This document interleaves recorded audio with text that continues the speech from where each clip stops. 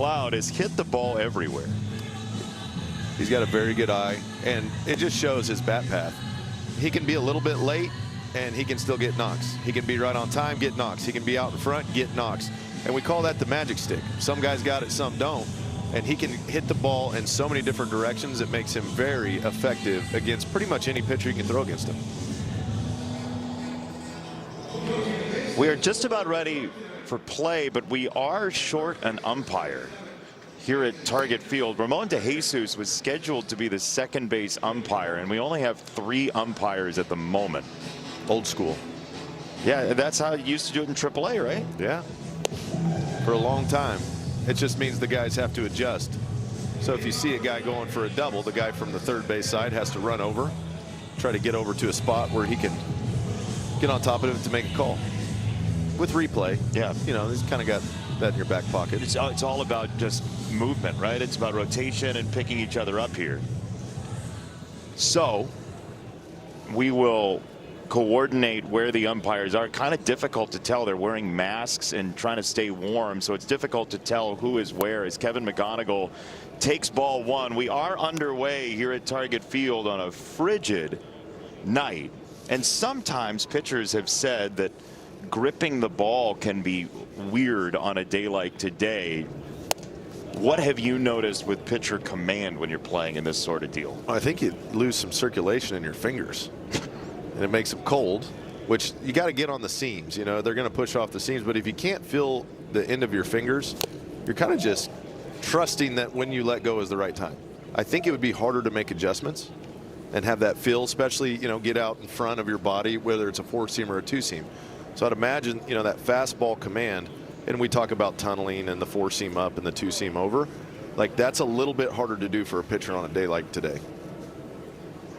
Yeah, all seriousness, the closer for the Rays for a while, Pete Fairbanks, had ended up on the IL a couple of times because he deals with Raynaud's syndrome, which impacts the circulation in your extremities as a pitcher, as it's 2-1 on McGonigal, and now 2 balls, 2 strikes.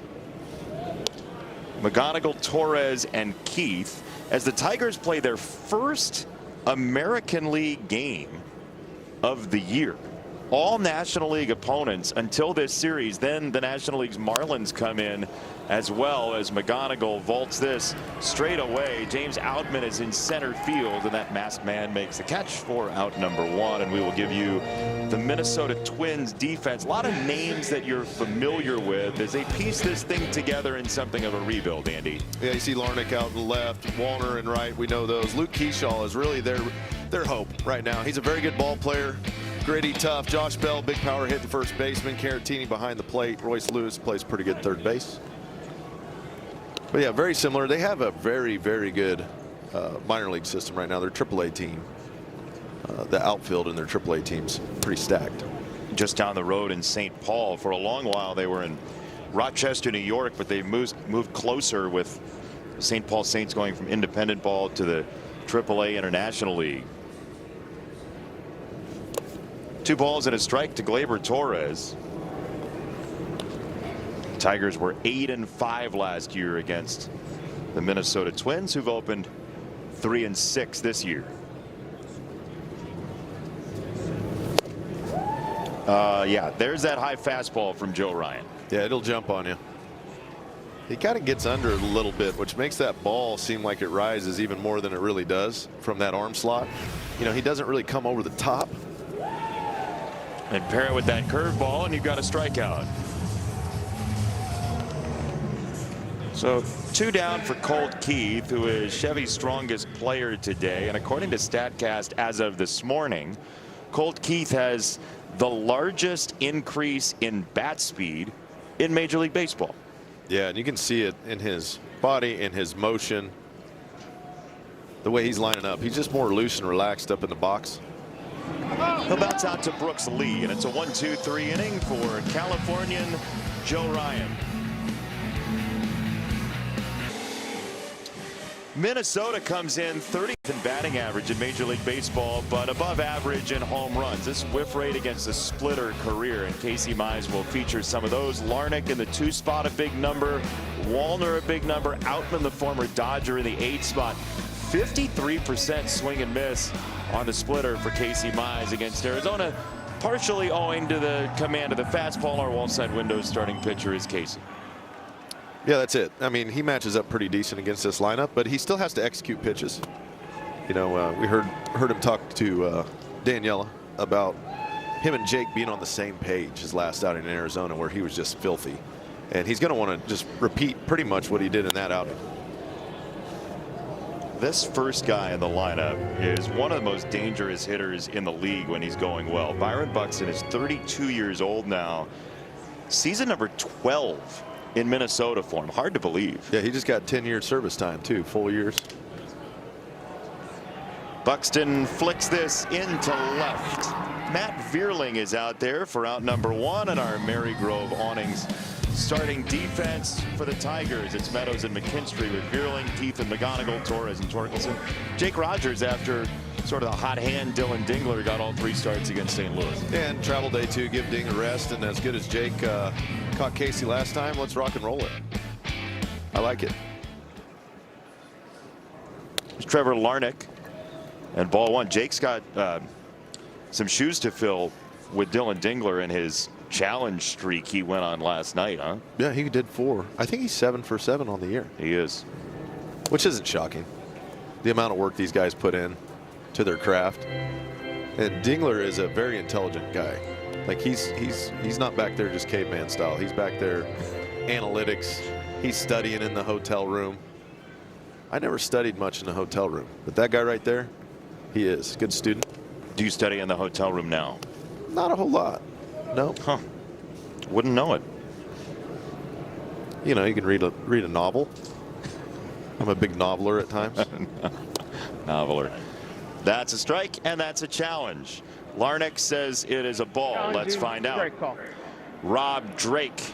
We'll see whether or not ABS, powered by T-Mobile, is right. Confirmed. And it's a strike. Minnesota has 1 challenge remaining. Rob Drake sounds like he's freezing. Yeah. You know how people sound cold?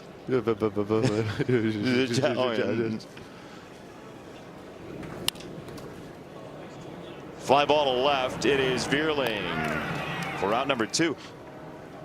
You know, we've been talking about challenges needing to get used. I don't know that in the first inning you're loving that. It's tough. Look at Dingler. Yeah. Dingler's like, yeah, see. Doesn't always work out. Well, the catchers have had an upper hand so far from what we've seen. The hitters have been off much more often than the catchers. But you still got to, all these guys have to learn their zones as they continue to progress. The cool thing is, like we talked about last night on the airplane, was their zone doesn't change. Mm-hmm. Like once you're a certain, unless you grew like 2 inches when after you make your major league debut, which isn't common, your strike zone is going to be the same for your entirety of your career in the big leagues. I want to talk more about that after the break, because I think it's a great point, Andy. It's a ground ball to McGonigal to end the inning, and a 1-2-3 first for Casey Mize. StatCast 3D powered by Google Cloud. Riley Green against Joe Ryan back 2 years ago. Last time they saw one another, not much high fastball, bunch of splitters. But the way the league has pitched Riley Green recently, it'll be interesting to watch this confrontation. They've been attacking with heaters and elevated heaters at that. Similar to that pitch right there. And Riley just has to do a good job.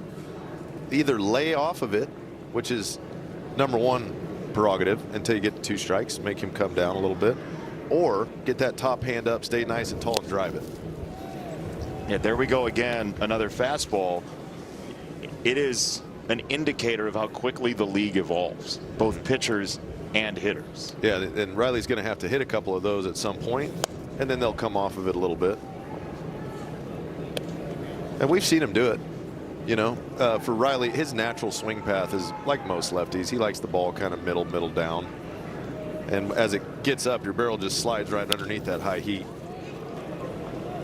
Came with the splitter and jammed him some. It's a fly ball to left and Larnach, and out number 1. I will say, a day like today, not the best time to analyze our guys getting to the heater or not today. It's tough as a hitter. I mean, you can see right here, this ball's coming in hot, and you see Riley swing through that fastball right there. That was the one he wanted to get to. Goes up again with the heat and then gets jammed on the off-speed pitch on the hands. It's just tough to move. Well, for sure. But compare and contrast that at bat to the last time they saw one another. Yeah. Completely different scouting report on Riley Green for the league. That's exactly right. They went from splitters down to let's just power them with fastballs up in the zone. Now here's Torque, who bats 5th today. Twins have a bullpen that's been used quite a bit the first week and a half of the season. So we'll see. They have 3 lefties out there. We'll see how many are available. There's a challenge. This ABS challenge presented by Figer Law. And let's see. Oh, that's a strike. All confirmed. So Detroit has 1 challenge. Rob Drake versus the world, and Rob Drake is 2 for 2. Both teams have lost a challenge. Yeah, early on. But again, you got to try at some point in your life. You got to start trying these challenges, or you're never going to learn exactly what is what. I mean, because if you just keep going in the same direction, you never even challenge one pitch, and in the back of your head, you're like, that's really a ball, but I didn't have enough courage to challenge it. Now Torque knows, okay, that pitch in that location from a right-hander, if it looks about like that, it's probably a strike. And to your point, you can train this. I think you 100% can train this. And this is something that across the league, I know a lot of guys are going to be working on. And this year, it's a new instinct that needs to get developed. It's just like when you're a kid, your first instinct is they hit the ball and they don't run to first. Like, you got to start building instincts in baseball. Nasty sweeper. 2 punch outs for Ryan here.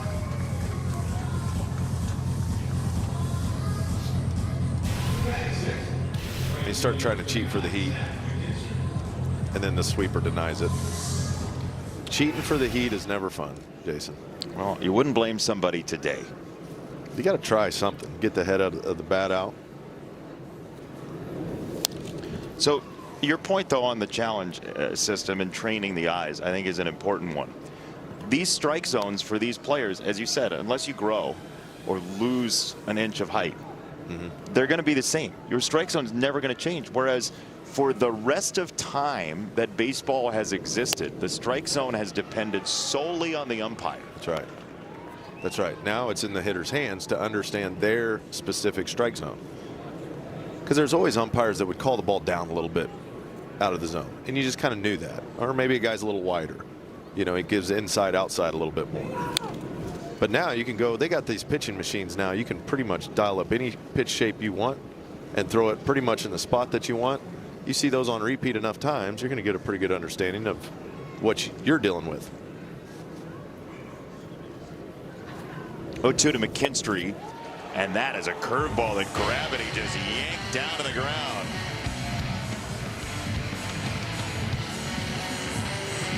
Drove 600 miles to leave this sign on my lap. That's a long trip in this kind of weather. Our keys to the game brought to you by Bet365. Andy.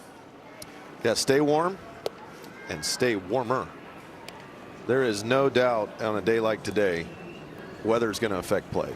It just is what it is. And, you know, talking to guys and just personal experience, like there's a point where it's no longer, you're no longer trying to look cool at all. It's like just wear whatever's needed to bear with it as a fan, as a broadcaster, as a player. That might be the warmest blanket you'll ever see at a ball game. And by the way, to drive 600 miles to see the Tigers is awesome for that Tigers fan. That is fantastic. 600 miles. That's a lot of miles. I know you're not great about how many hours is that in the car? Well, 60 miles an hour times 10 hours. Might be the subject of a wild Bruce chase at some point. See if you can find the sign. 3 balls, 2 strikes on Bell to lead off, the veteran 33-year-old on his 7th major league ball club. You see Casey being a little careful with him. Bell's got some extraordinary pop in the bat. He's already got 2 home runs this year. But there is some swing and miss in there. And Casey's going to try to exploit that. It's 195 career homers. He's 5 short at 200, and he takes ball 4. So it's a walk for Bell, the first base runner of this ball game.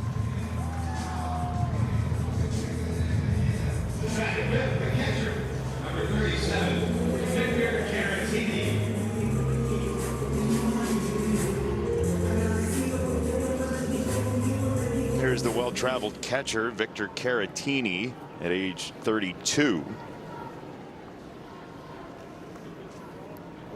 You know, Casey's thinking a couple things. Get ahead. Can you get a ground ball or a strikeout?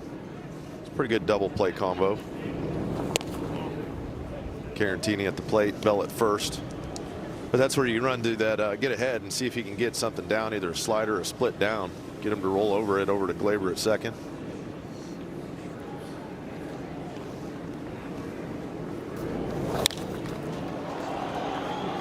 High in the air, left center field. Vierling is back on it. Vierling cannot make the catch. He was fighting that the whole way, and it's off his glove. Second and third for Minnesota.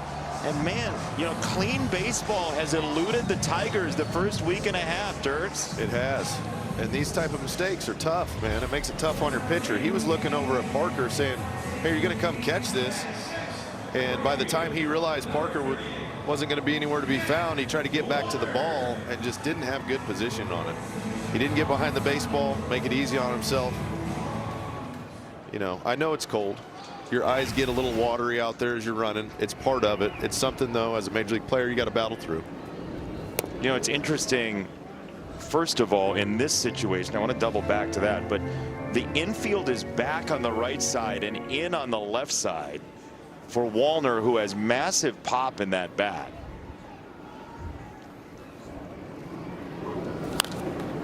Your eyes water on a cold day? Really bad. Outfield? Absolutely. When you take off running in the cold weather, your eyes will start watering, which isn't fun. You just got to keep blinking, blink through it. But he really thought Parker was coming over, I think. And by the time he looked over to Parker, he realized he wasn't going to make the play. He had to really get on his horse to try to make it. Casey's getting in the kitchen on Wallner here. A ball and 2 strikes for the left-handed Minnesota Twin right fielder. Former Mr. Baseball in the state of Minnesota, growing up here. Yeah, you talked about the power. He's a little susceptible to the high heat. If you can run it up there about 95 plus miles an hour, get him on that, and he'll swing and miss at a splitter down too. There is that splitter, and there is strike 3, 1 away. Nice job by Casey to bear back down after the misplay in the outfield, to just get right after Wallner, put him in a spot where he can get it and strike out. And now the infield can come in, play a little damage control, try to keep Royce Lewis from getting the ball in the air. 26-year-old who's had such injury bad luck in his major league career. Last year, 2 hamstring strains, a quad strain, and adductor strain in 2024. And that isn't even the half of it.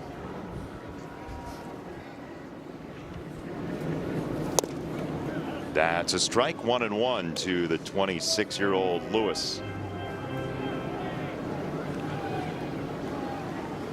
Bell at third, Caratini at second.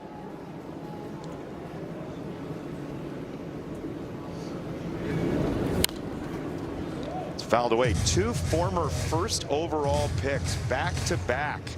Royce Lewis on draft day 2017. There's young Casey, unbearded Casey from draft day in 18. Look at that jawline. That's a good looking jawline. It's amazing. You get to watch these guys grow up. The men.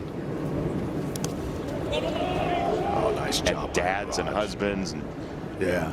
And they have families, and you just see the maturity level as they continue. And most Tigers fans know of Casey's story, the adversity he's had to battle through, and just how he's done it with tact and just a good attitude. Good guy. And all that kind of accumulates to the person that they become as well, off the field as well as on the field. 2-2 coming. Spiked another one, and Rogers keeps it in front again. 3-2. Rogers all over it back there. He's not going to let that get by for his guy. He's back there to smother it, keep it in front of him, whatever it takes. So the last one, he used the chest protector. This one, he's got no choice but to just try to get the glove in front.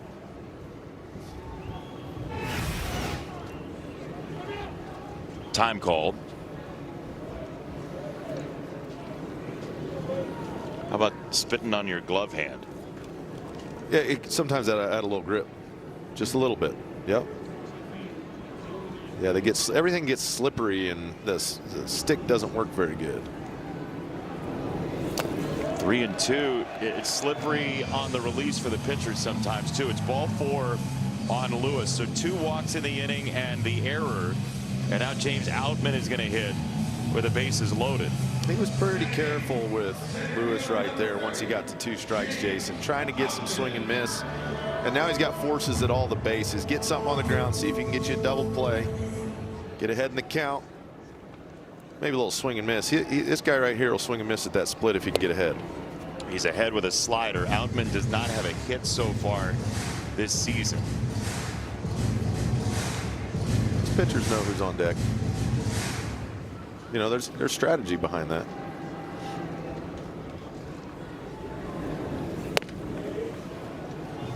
High fastball, 1-1 for Outman. He came over at the trade deadline last year for Brock Stewart as the Twins divested themselves of some bullpen arms.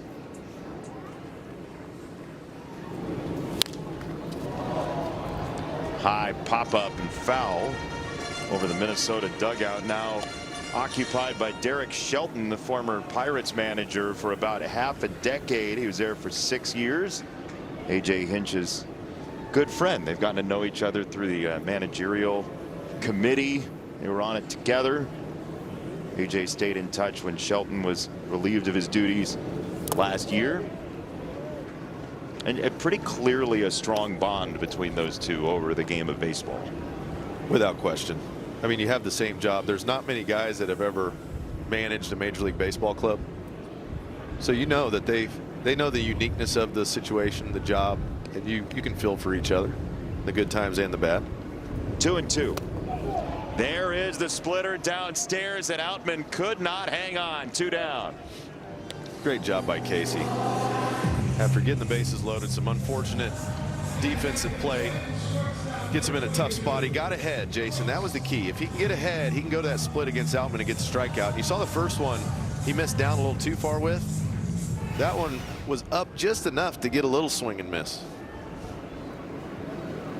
That was an evil splitter. You don't see every splitter come into a left-hander. Yeah. Ew. Casey split. His last outing, it was nasty too. So here is young Brooks Lee batting 9th for Minnesota. Casey trying to get out of this inning. He is 1 strike away in a 26-pitch inning for him.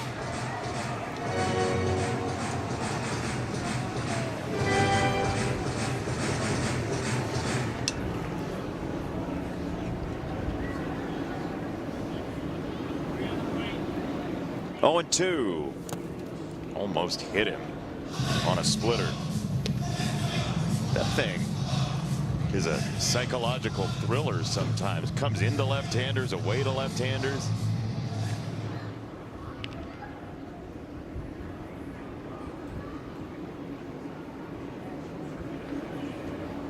He shook a couple times. Yeah, he said, I'm good. Sometimes pitchers, they shake a little bit. Also, people false shake to get the hitter thinking as well. He's just pulling that split a little bit right now.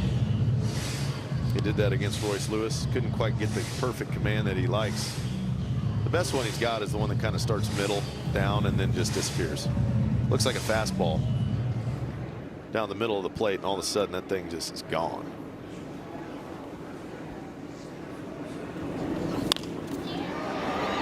This is in the air for left, and Veerling squeezes the out, and no harm done. What a job, Casey Mize. 2026 is the Tigers' 125th season of baseball, and what better way to celebrate than by getting the 125th anniversary 6-pack.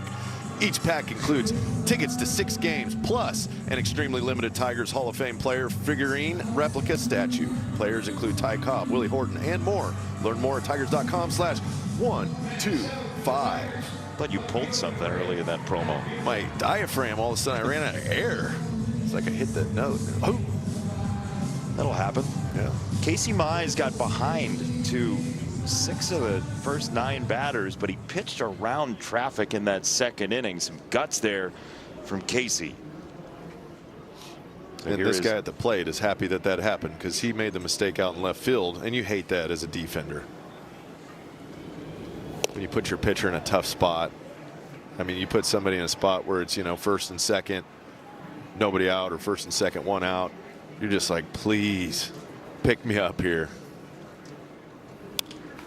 When you're standing out there after an error, how do you get yourself back locked in? You have to understand the next one might come to you. So yeah, if it's unfortunate, it happens, errors happen, but the only thing you can do in that moment is, if another ball gets hit out here, I got to make the play. I'm going to make the play for my guy, and you got to get back into that mode. And you also have to trust your teammates, like, because everybody gets put in a bad spot because somebody else maybe didn't do something at some point. So it's like, hey, it was Casey's time to help Matt out, right? And sometimes Matt's going to help Casey out.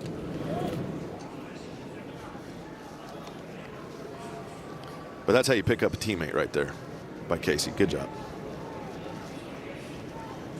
Casey Mize, 2 starts deep as Vierling pops this up. It's the shortstop Lee making the catch for round number 1. Casey Mize, that first start against Arizona, I mean, he was cooking. It wasn't easy street. It's never easy in Major League Baseball, but a very smooth start. That comes from hitting spots, getting hit counts.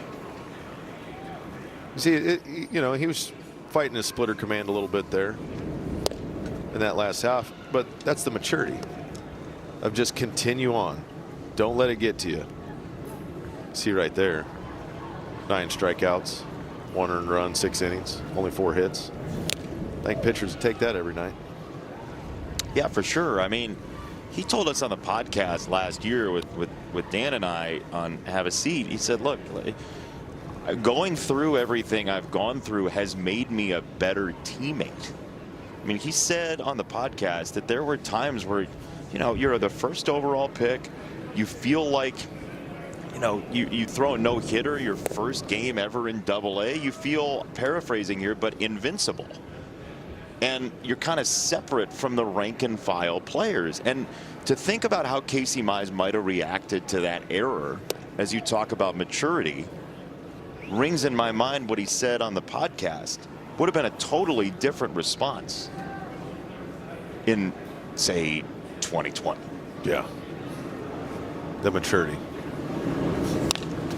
Line drive to first. That is directly at Josh Bell. So this is Casey's reaction that our crew caught after the Matt Vierling drop. Nothing. Just going to go back up. Look at that. I mean, how many times do you see guys just completely lose their minds? I mean, you're going to be mad. Anytime a ball gets dropped in your, I used to pitch. I didn't like it when they dropped them behind me. You know? But you also know you have to move on to the next play, the next pitch. And don't let that affect what you're going to do moving forward. Not even a betrayal of the stone face, just right into backing up the plate and into the next pitch. That's impressive. It is. And that also keeps good team chemistry. Because you start getting those internal battles between players, and you should have done this, and if you didn't do that, then this wouldn't have happened. Call that the blame game. You ever played that game? Never. It's kind of like Monopoly without the money and the little figurines. Okay, so what are you left with? A board and a die. Yeah, directly to gel, do not pass go. Is that where you go if you play the blame game? That's it. No free parking. Boardwalk's always full of it's got a hotel. Park Place got a hotel when you play the blame game. Our audience was so proud of us. We did baseball for 2.5 innings without talking about board games. No score. Play ball for the Tigers 2026 season, and is off to an exciting start. And if you can't make it out to Comerica Park, stream the game live with a subscription to your new home for Detroit Sports. Detroit Sports Net, presented by Bet365. Your subscription includes the Tigers all season long, plus the Red Wings starting this fall. Subject to national exclusivities, terms and conditions apply. Don't miss a minute of the action. And subscribe by visiting tigers.tv now. Byron Buxton shoots this to left field. It's down the line. It's into the corner. Vierling has to dig it out, and Buxton, who lost his hat, gets 2 bases. He is a first pitch nightmare sometimes. That he can be, especially leading off an inning. You know Casey's going to try to get ahead with the fastball, and you see him just attack the inside pitch, get the head of the bat out. And that's a swing we've seen a lot of times out of Buxton. He's good at pulling that ball down the line. And he's so fast his helmet fell off. He can run. You need that thing to keep the heat in on a night like tonight. Here is Larnach. First pitch swing for him as well. Torres to the ground, back up and off the bag. First and third, nobody out. He got to the ball nicely. It looked like he got stuck a little bit when he on the pop-up. I thought Torque might have a tag play, but he had to come off the bag too far. You can see him ranging over, but watch, you can see he ranged over, and Torque looked like Torque was maybe going to try the spin around tag, but he knew the Wallner was too far past him. So now more work for Casey here. Yeah, on. Right back into the cauldron against Keyshaw. 2 pitches, 2 base runners, and that's one of those where you just say, you know what, I'm not going to throw him a fastball in the zone if they're going to do that. Yeah. Well, they've seen the split. You know, guys have been striking out on the split down. See if you can get that command a little bit further up in the zone with the heat. Like that. Mm-hmm. Bread, meat, butter. Keeshaw's got a quick bat, but ain't nobody touching that one. Especially in the cold like this. 1-1 for Keyshaw. It came right at him with a fastball that time.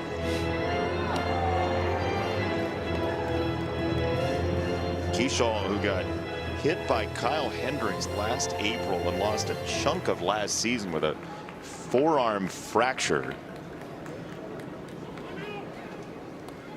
We'll call time here. But you said it early in this game, a highly thought of prospect. 49 games. He was worth 2 wins in WAR in 49 games. He can flat out play. He's a competitor, good athlete, plays the game hard. And you can see, you know, everybody plays the game a little different at times, but you can tell he's intense, he's locked in, he's focused. Pretty much every time I see him, you know, I don't see him give away a lot of at-bats. Hitting 3rd tonight.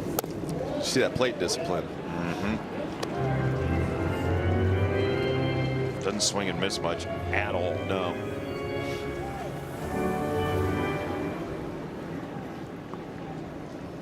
Big pitch early in the game, 3-2 on Keyshaw, and a throw to first on Larnach.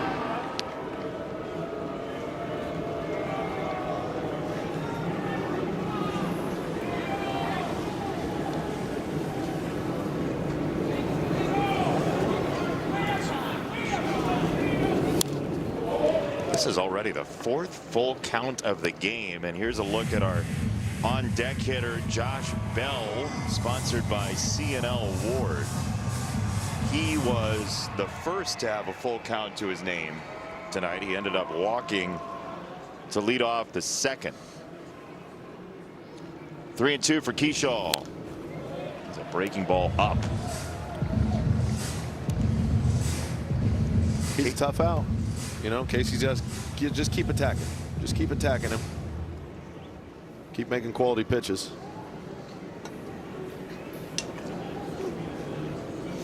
Pitch number 8. of the sequence. 3-2 again, and it's in the dirt, and it's ball 4. The splitter has not been competitive most of the night to this point. Yeah, he's kind of missing it. Down and pulling it a little bit. Down and into lefties, down and away to a righty. So if you're a left-handed bat, do you take the splitter off the menu somewhat in your mind? Absolutely. Thinking fastball. Thinking fastball. And if you swing through a really good one, then maybe you recalibrate. Oh, there's a fastball at the knees, strike 1. He's going to challenge it too. He thinks it's down. Bell's a big guy. So his strike zone will be a little taller than the average player. That's a strike. The Twins are out of challenges. Confirmed, Minnesota has 0 challenges. Well, it's going to be like old school baseball for a while. Minnesota can't challenge anymore. Nice catch by Rogers. That's why framing is important. You get that call and you don't have to challenge if you're the Tigers. And then you force Minnesota into one, or at least create the decision point. And Dingler and Rogers are as good as anybody at that. Still in strikes for their pitchers. He's way behind that fastball. Yeah, it makes you think. Go right back at it. He might have been thinking split there, Jason. We'll see on this pitch, won't we? Yeah, there's the splitter, and he bounced it again. So 2-2. This got to be a fastball, right? Yeah. This is, if you're a hitter right now, if he spiked a couple splits, you're pretty much set in dead red.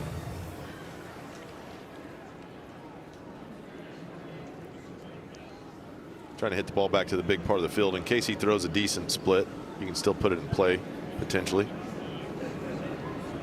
2-2. He went fastball, and Bell just reached out to touch it. Looks like he's not seeing the bottom of the zone. Challenged the first one. That's kind of an awkward swing on a ball down in the zone.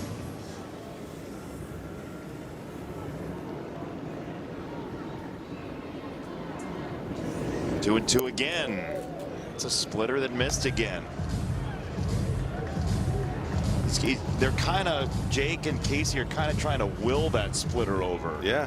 Well, they want the strikeout, and they know if he can get a good one, he's got a pretty good chance of getting it.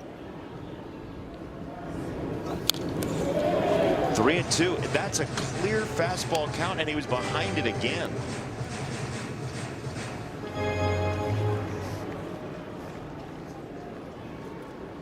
Pitch number 8 of this sequence. Right back there with a fastball, popped up, third base side. Colt Keith makes the catch, one away. Let's watch the sequence here, Dirks. Yeah, you called it. He started with a sinker down, and he just couldn't find the split location. But late on the heat, Casey goes back to the split, can't find it. He starts getting frustrated, and eventually he says, you know what, let's throw a few more of these fastballs. Late on this one, and finally late on that fastball. I mean, those are all same location, just heat, bottom of the zone. Now Caratini takes a strike. I think. He's called a ball. Jake's gonna have to challenge that. Yeah, it's a strike. That looked very strike-ish. Caratini stepped over. He stepped out across the plate. It made it look really awkward from the umpire's view, but that's definitely a strike. Nice job, Jake Rogers. That's one of those where the challenge system really comes into play, because if you miss your spot, it can still be a strike. You got it.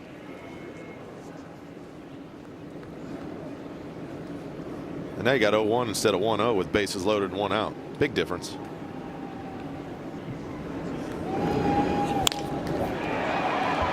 Center field, Meadows is back on it. The opening run of the game will come home in the form of Byron Buxton.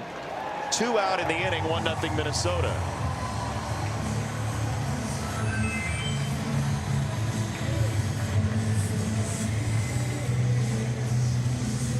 Now Casey's got to deal with the big power hitting lefty, Wallner.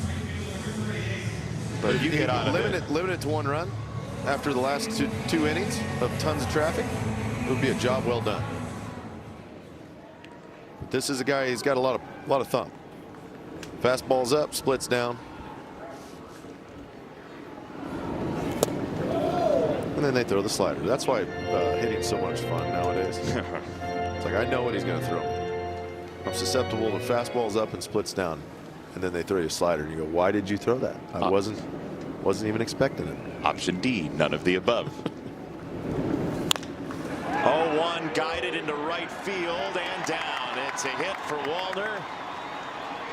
And here comes run number 2. The throw to third, not in time. Minnesota doubles the lead.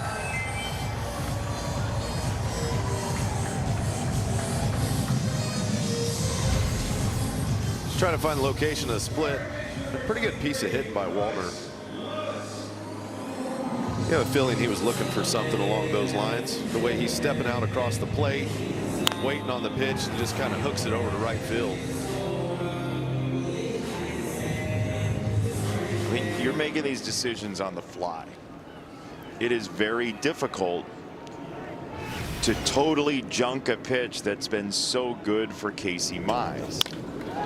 As that ball scorched to left, that's a hit for Royce Lewis, and it's 3-0 Minnesota.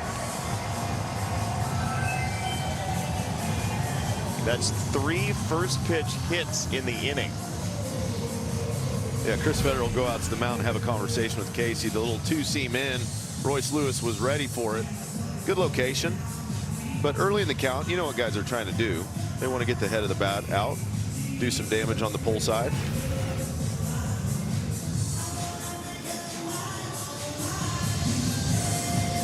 But you know as well as anybody, if you take a pitch off the menu.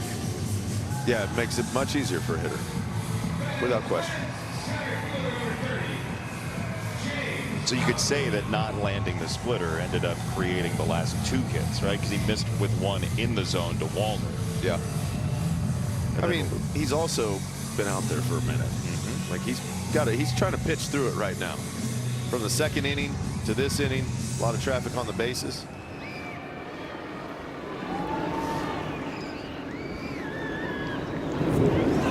Outman swings through a slider. So there you go. None of the above might be the pitch. That felt like a throw what you feel best with now. Yeah.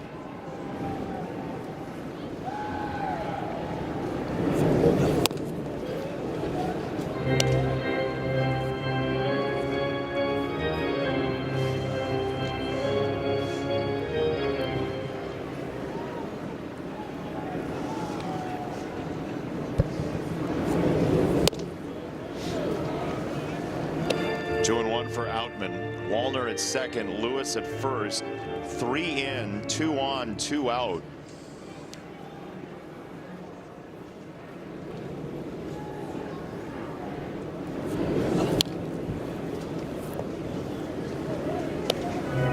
That one was up a little bit.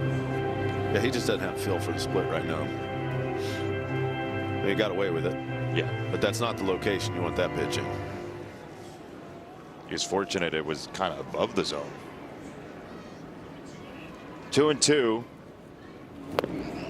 That is the best one he's thrown. There's a good one. Inning over, but 3 come across for Minnesota in the 3rd.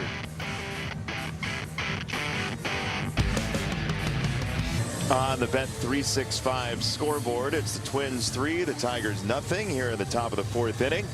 With Daniela Bruce around the ballpark, Andy Dirks, Jason Benetti, our entire crew. Don't let the sun deceive you. It's cold. There's Kevin McGonigal to take strike 1. Kevin 6 walks, 5 strikeouts so far in his major league career.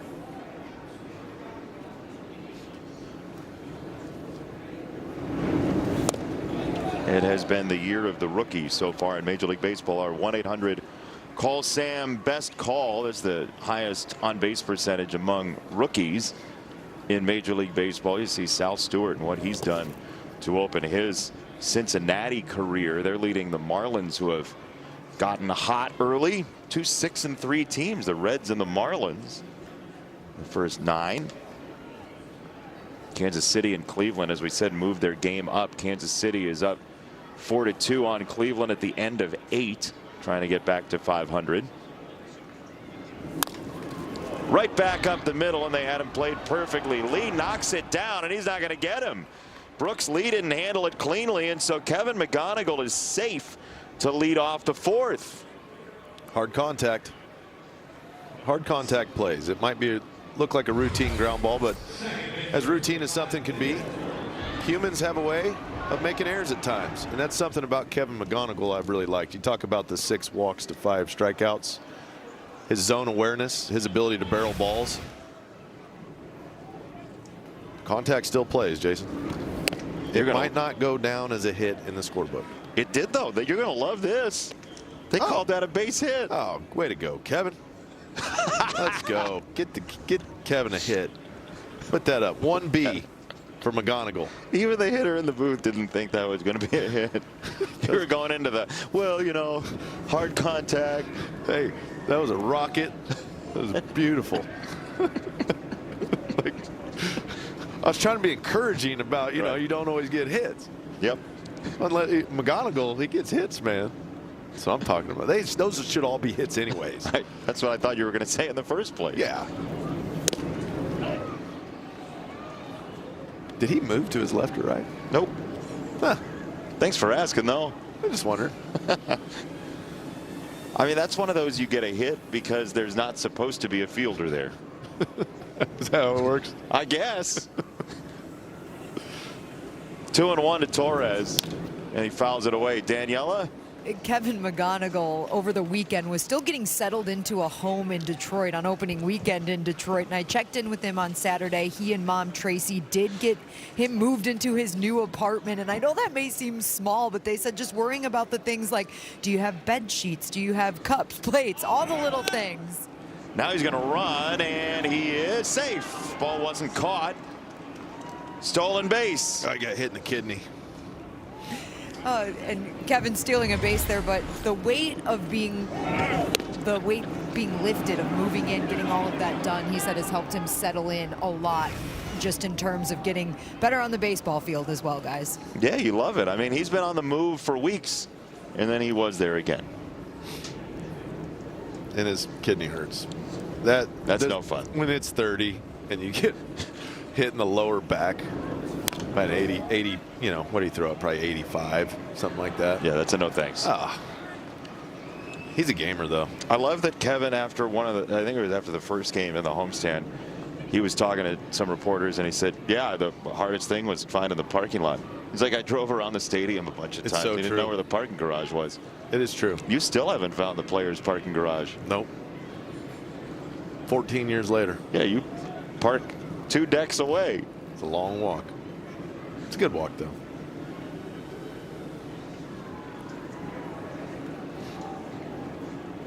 See if Glaber can get some redemption. Ryan got him last time on the sweeper away. He fouls away a fastball. This percentage of the team's walks. Glaber Torres has 9 of them. McGonigal has 6 of them. So those top 2 are a big chunk of the walks for the Tigers. 42.5%. That's not true. Between the 2 of them. You just made that up. Nice. That is got him ball on 4. the sweeper last time, Jason. This is a pro right here. I love Glaber Torres. It's like, you got me once on that. You ain't getting me twice.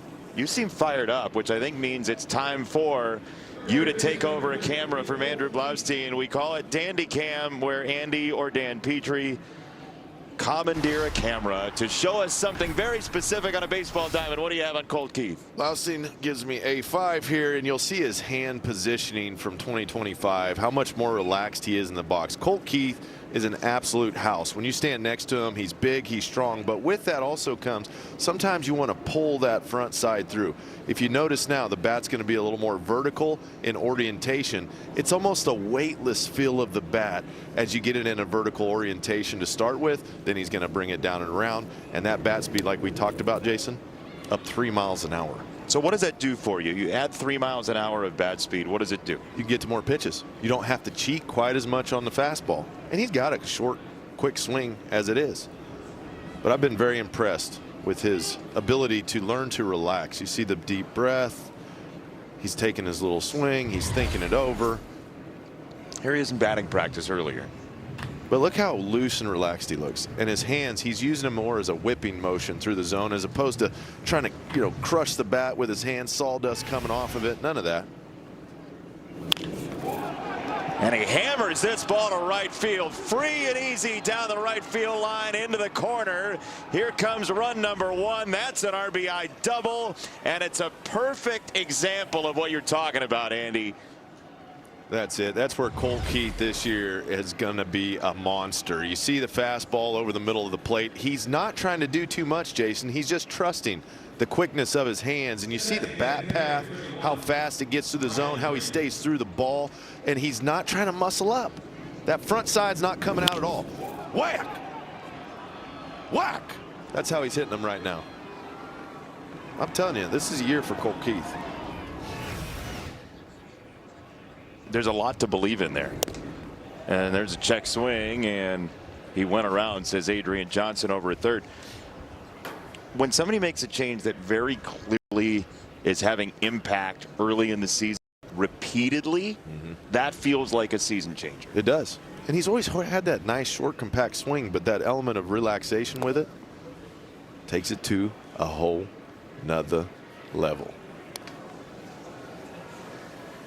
It's also going to allow him to make better swing decisions. How so? He can actually see the ball and swing. You don't have to cheat as much. Like, he wasn't cheating to that fastball. He just saw it and hit it, pulled it down the right field line. And if you're doing that, what happens is when the guy throws a split or something else, you have time to not swing, as opposed to getting out in front of that changeup so far and swinging through a lot of pitches, and then you lose your legs. He's given himself more time. 3 mile an hour is a lot of bat speed, and it's a really short swing. As compared to, like, that's a little bit longer. That's a longer swing, which longer swings can generate more power. But it's hard to deliver the barrel consistently. It's a little harder. 2-2 to Green. Ryan hunting a strikeout here. Second and third, nobody out. And Riley whips it foul.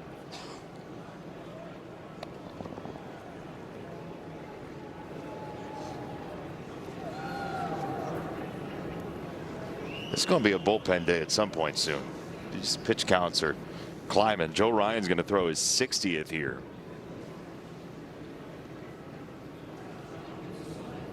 Two and two. Ooh, look out. 3 balls, 2 strikes. It is a tough night to pitch accurately, consistently. Yeah, some people would say it's a tough night to survive outside, let alone play sporting events. 3-2. Riley golfs it foul. This will be the 8th pitch of this sequence. See if Riley can get on top of one here.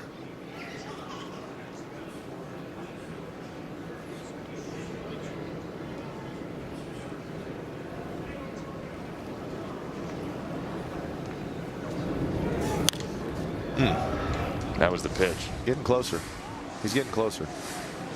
So Riley's uppercut swing with Joe Ryan's sort of upshoot fastball, how do they combine? He needs to not side bend as much. I mean, you got to get planed out a little bit more, or that ball's going to slip over that barrel's going to slip under the ball a lot. 3-2. In the air, third base side, and playable for Lewis.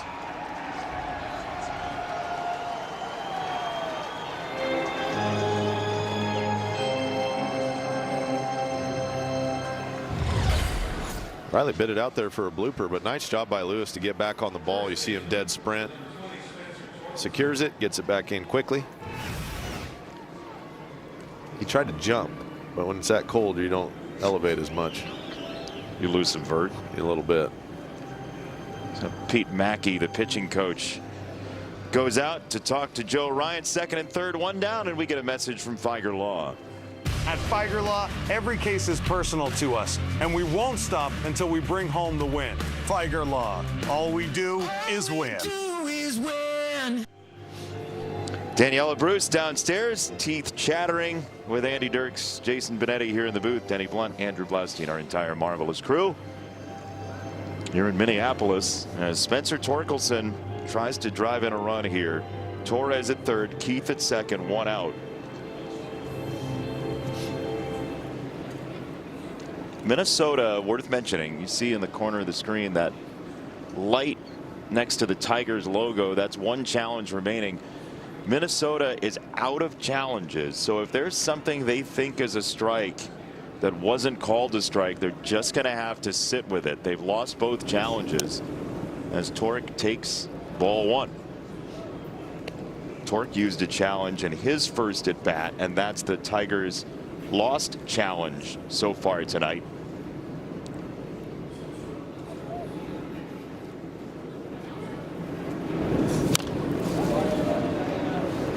Sneaks that sinker under the hands. Drill bit that thing in.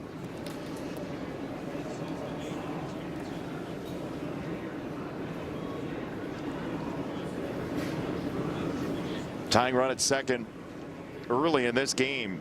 3-1 Minnesota off a 3-run third. And Torque watched that fastball well. That's the reason pitchers have two fastballs now, right? You throw that sinker in, you pair it with the fastball that tails a little bit away. He missed the corner, 2-1.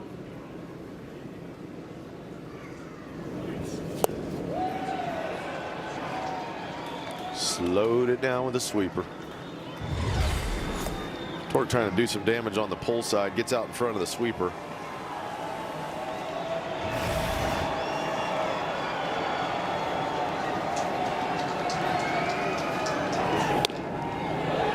High fastball, 3-2.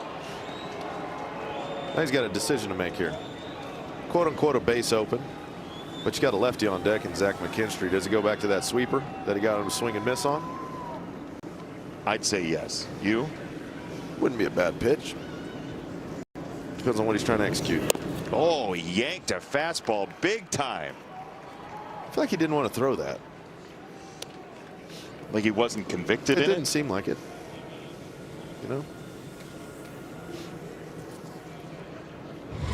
He missed out there the pitch before, and they go right back to it, trying to dot it up. He'd been long innings. My thing is, if you're going to go to that 2-1, why wouldn't you go to it 3-2? If you got enough conviction in the sweeper to go 2-1. Now Z-Mac, right side, base hit. 1 run in. Here comes Keith. Throw to the plate. Not in time. Extra base on the back end for McKinstry. And the Tigers have leveled it just like that.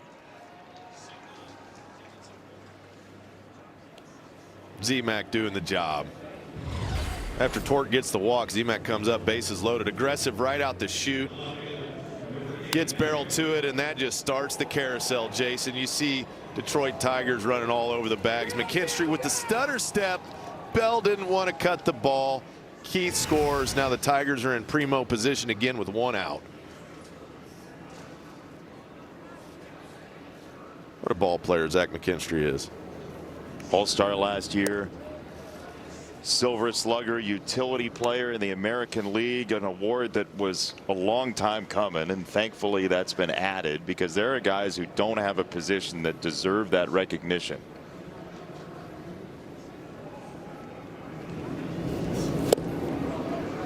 So Joe Ryan and Casey Mize both have kind of been painted into corners with not feeling good about a portion of their arsenal tonight, Andy. Yeah. But we've seen Joe Ryan, you know, trying to get more with the sweeper here lately because the fastball command's been a little shaky.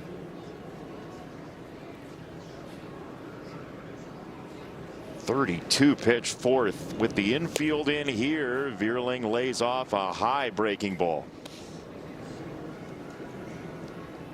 Cartoon Box says it's high, and Cartoon Box is never wrong.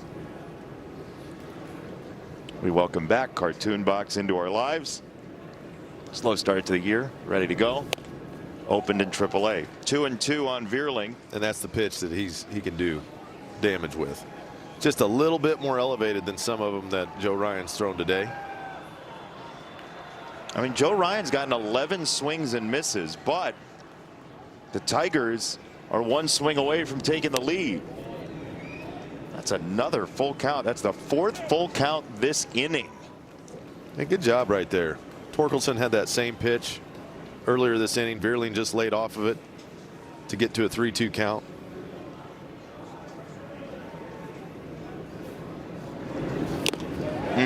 Well-placed fastball. 2 down.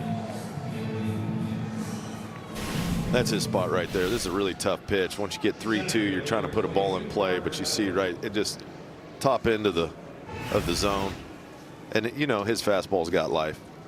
That 92 feels like about 97. It's got a little horizontal in it too. It does. It's just like his arm angle, the way he kind of shoots it up. First pitch curveball to Parker. Parker scorched one to Bell his first at bat. He's kind of had that little that swing down. Stays on the backside a little bit longer. Gets the barrel through. We've seen him hit some nice ones on the pole side, shoot some through the middle. Strong splitter, 0-2. Parker Meadows, 3 stolen bases already for the year. Last 3 games, he's got one of those steals. He's 4 for 8. As action has started in the Minnesota bullpen here in the 4th.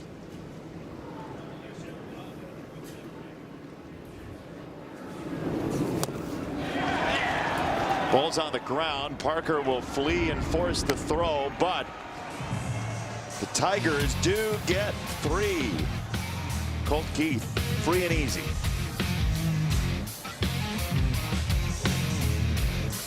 Zach McKinstry, 2-run. Tigers have already scored 3 or more runs in this game. So tomorrow, visit a participating Arby's location and get a free small order of curly fries.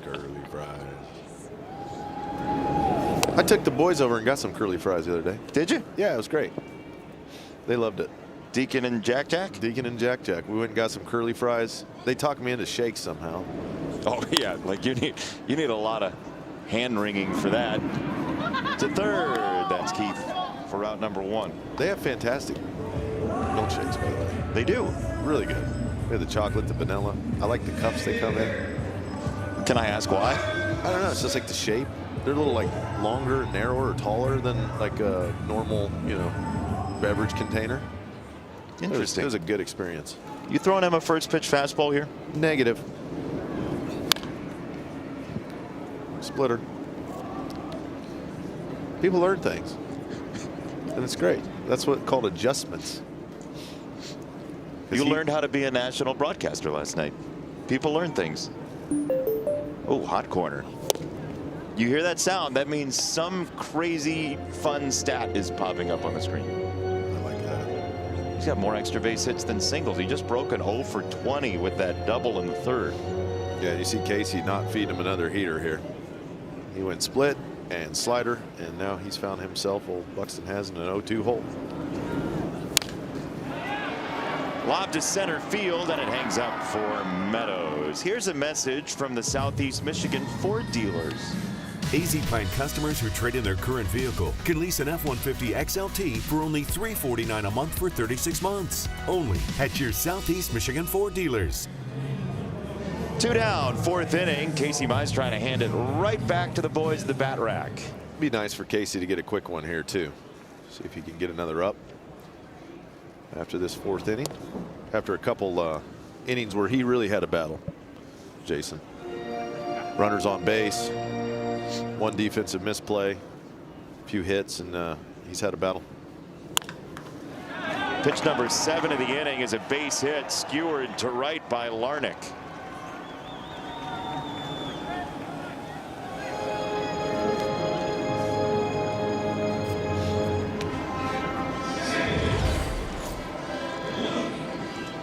That's another lefty that's kind of reached out over the plate on a ball down and away, hooked it over to the corner.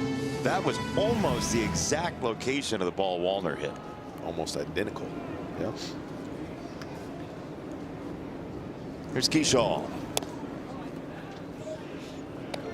Last at bat, they had quite a battle. Ended up going 3-2. Casey lost him. Ended up walking him. But we talk about Keyshaw.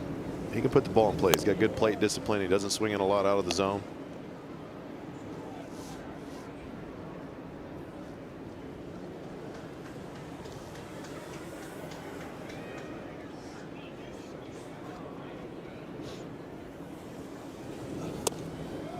That's a strike on a slider, 2-1. That's a good pitch too. Keeshaw's got a little bit of power. Let's go. Have the confidence. Go slider 2-0. Paint it.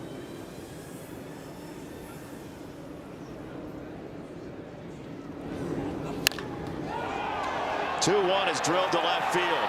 It's way back there, and it's gone. And it's caught by that fan. It's 2 runs for Keyshaw and Minnesota at a 5-3 Twins lead.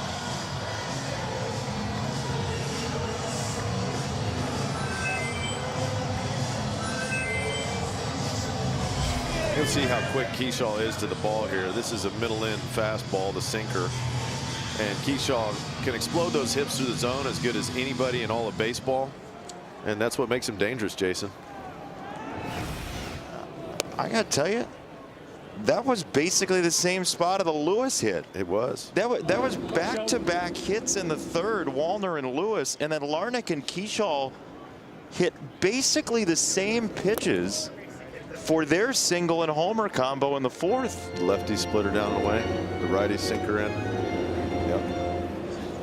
It's like they're looking around in those spots. That is wild. Hey, that's a good piece of hitting though by Keyshaw. It's not a terrible pitch. It wasn't like it was middle. It's bearing in on him. But I would bet if you talk to Casey after the game, he would say, I wish those two, Lewis and Keyshaw, were in a little more. A little more. Yeah. But I mean, when it's 2-1, you don't want to throw them all. Ground ball to first. Inning over. Minnesota retakes the lead. Here's our Comerica Bank game summary so far. You're going to see Wallner hit a split down and away, and Lewis pops a double left field on a sinker in, and then not too much longer later, Larnach hits the exact same pitch to left, and Keyshaw rips the exact same sinker that Lewis hit earlier in the game to left field for a homer. So it's very rare where you see those locations of pitches get hit where they did. First pitch here from Ryan to Rogers. It's popped up. And out number 1. Look, pitchers have patterns, right? Pitchers have patterns. They will throw where they throw. It's all about execution as well, Andy. I mean, like, if you land those, that doesn't happen. But if you miss by an inch or two, this game is unforgiving. It is. And if a guy's looking at a zone and you throw it there, these guys can hit it. Case in point. Because how many lefties do you see hit a splitter down and away like that and pull it to right field for a hit? It doesn't happen that often. But if you dive out over the plate, you can get to it.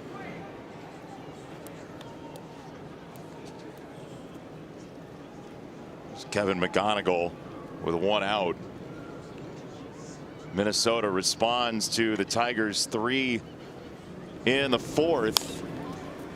And McGonigal punches this to left. That is down and fair, and on one hop into the crowd. It's a double.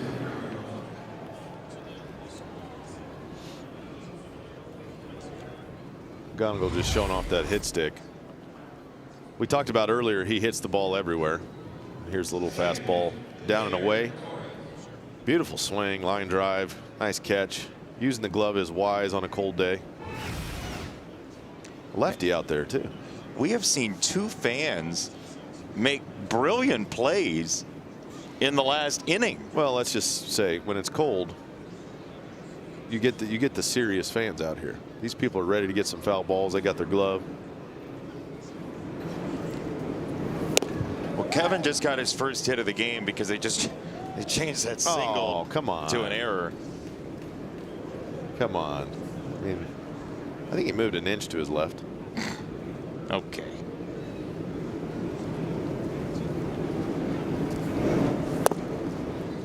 Sad to say, that was the right call.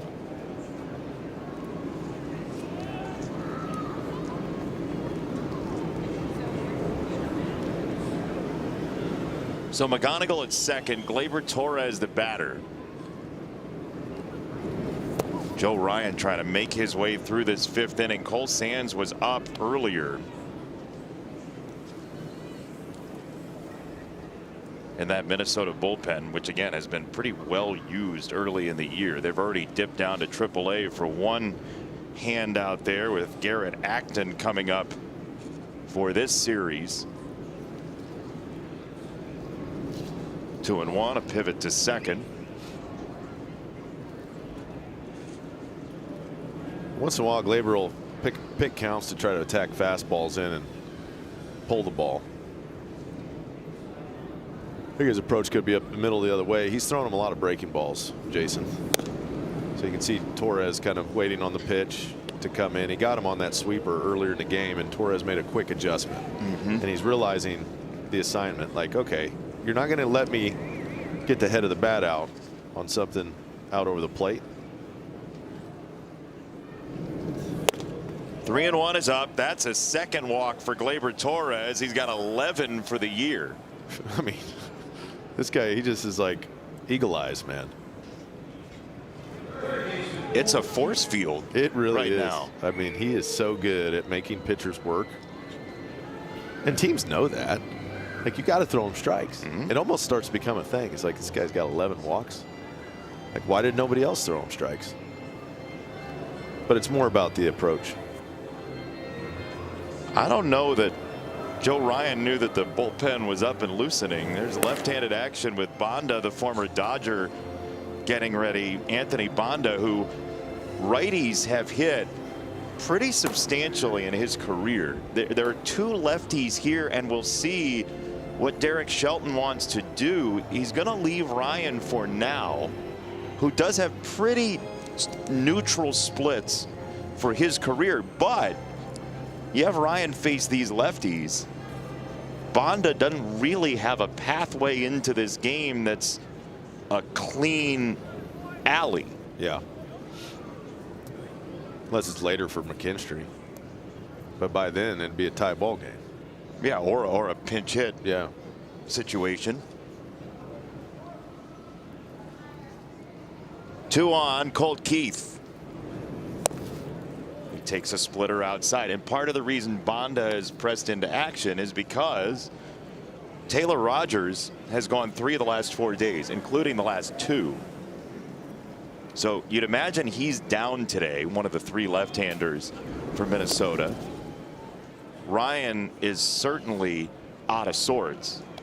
Here's the bullpen report, right? So they have the 3 left-handers. Funderburk has thrown the last 2 days, but only for a batter each. And then this would be 3 of 4 for Banda as well.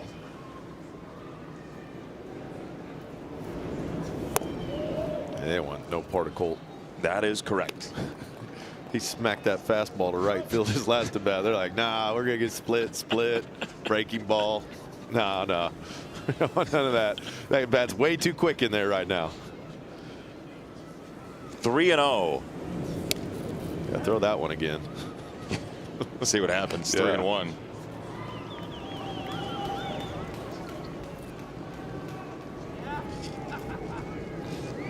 Five doubles already this year for Colt Keith. McGonigal at second, Torres at first. 3-1 for Colt. Kind of surprising Ryan's gotten to 92 pitches today. Long 4th inning. Very cold weather. 3rd start of the year. Ooh, man. That's one, you want that one back. Now you got to go 3-2. You got to go more of a neutral approach here. Gets that 3-1 heater. It's got under a little bit. But now you got to go a little more neutral because he's been throwing some splits and some breaking balls as well. 3-2. Colt takes strike 3. He's going to challenge. Not a bad spot. Yeah. Detroit's challenging the strike call. Let's see. Is it strike 3? Is it ball 4? It is a strike. All confirmed. Detroit has 0 challenges. Nobody's got challenges left. Yeah, you see he starts him off with a couple split fingers right out the gate. Colt wisely taking him a little breaking ball here. He gets in a good count. 3-0. He's taken all the way. And this is the pitch right here. That's the one right there Colt wants back. And then he paints on the outside corner. But that's big leagues, man. You miss your pitch. it gets tough. And Colt knows it. You get one. Yep. You get one good one. I don't mind that challenge. In a spot like this with runners on base. There's a ball to Riley Green. So you can retire the ABS challenge system for tonight. There are none left. Well, unless it goes extras. You get it. They add one if it goes extras. Good point. Every inning you start, you get a challenge if you didn't have one to start that inning in extra innings. These are the pitches Riley just can't quite get to him right now. He's throwing him that fastball that's just belt high. A little bit behind it, a little bit under it. But this is the inning, right? You have a kind of a flagging Joe Ryan. Bonda was loose. Derek Shelton didn't go with him, so you get a couple matchups that might be favorable. Third time through the order, can you pay it off? And it's a tapper foul, 1-2. This is a roll of the dice for Derek Shelton here, and he might just jackpot it. No question. I mean, they got by with one with that fastball into Colt that he just missed. Now Riley's going to have to battle up.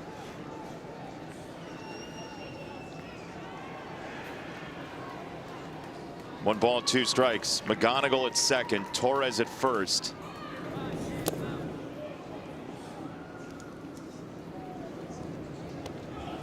I mean, he's really been struggling landing the off-speed stuff. That split's been pretty consistently ball out of hand down. I mean, I'd be setting dead red. Up. 2-2. It was a fastball up, and it's fouled away. Again? Yeah, I wouldn't see why not. I'd be thinking fastball if I'm at the plate. Guard against splitter away or no? If he throws a perfect one, he might get you, but he hasn't thrown that many. Riley even fouled the one off he threw earlier in the at bat. Just trust yourself. 2-2 again. So he The fouled it splitter, off. and he fouled it off of the catcher Caratini.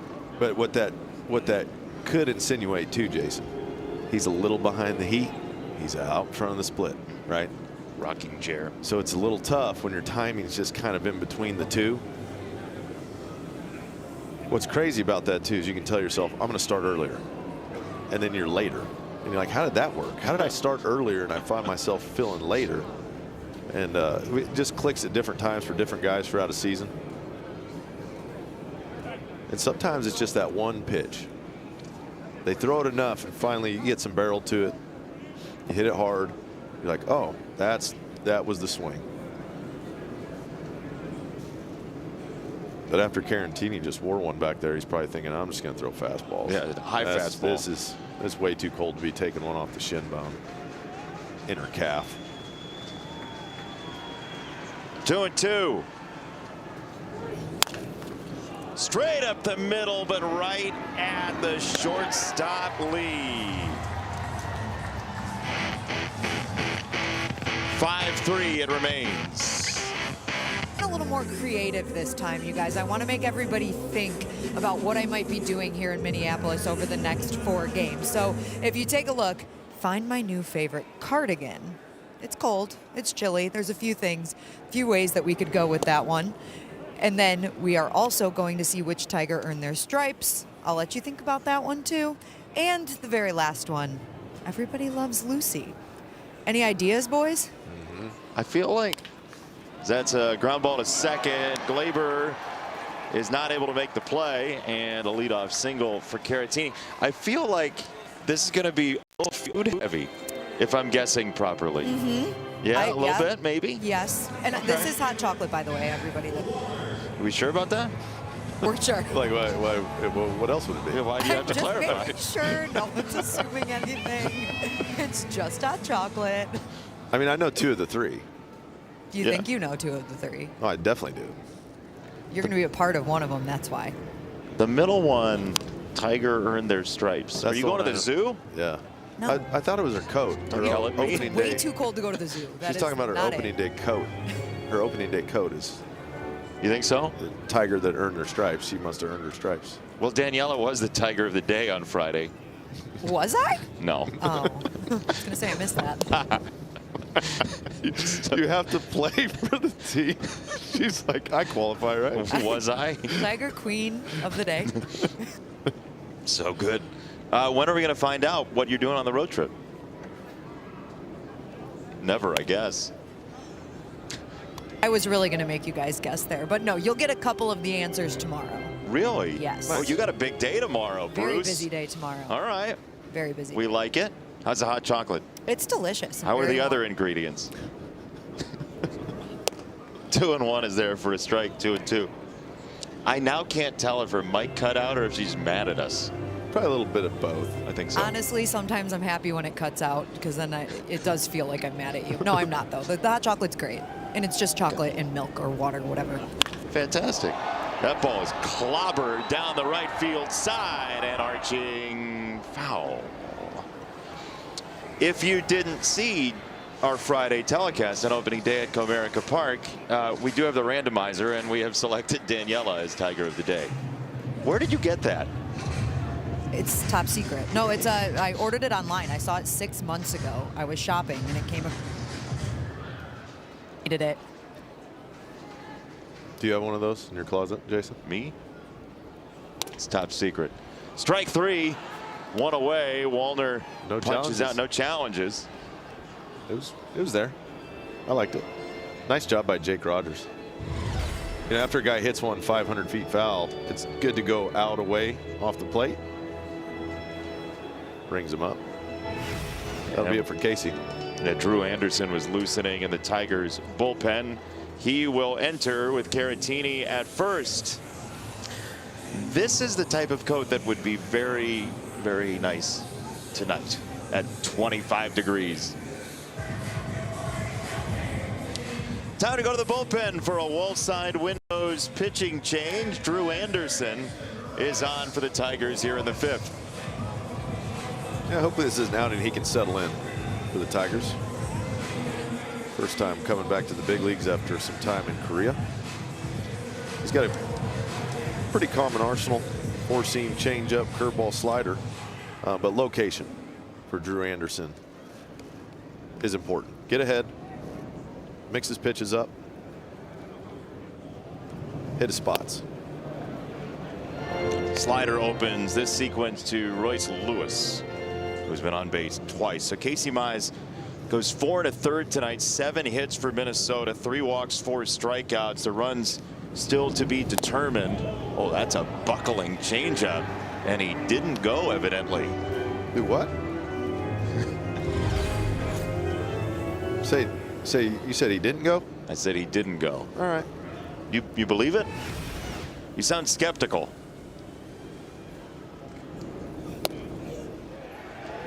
Three and 0. Let's see it again. What do you got? I think he went. Oh yeah. How are you Close. Close. What do you got? No definition of check swing. We don't know. We can just guess. That's ball 4. Anderson walks Lewis on 4 pitches, and now Outman will bat. This is something Anderson has struggled with a little bit starting off the year. Had some command issues, walked some guys.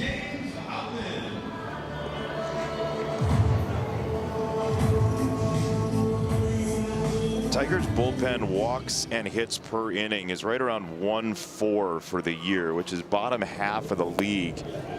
It's a bunch of base runners, and you're just gonna have to deal with the results that are kind of random after you walk guys out of a bullpen. That's it. Those walks pile up. Free base runners is never ideal. Outman helped him there.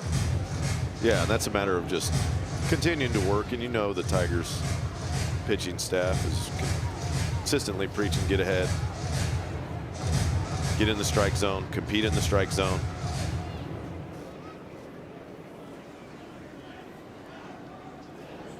One.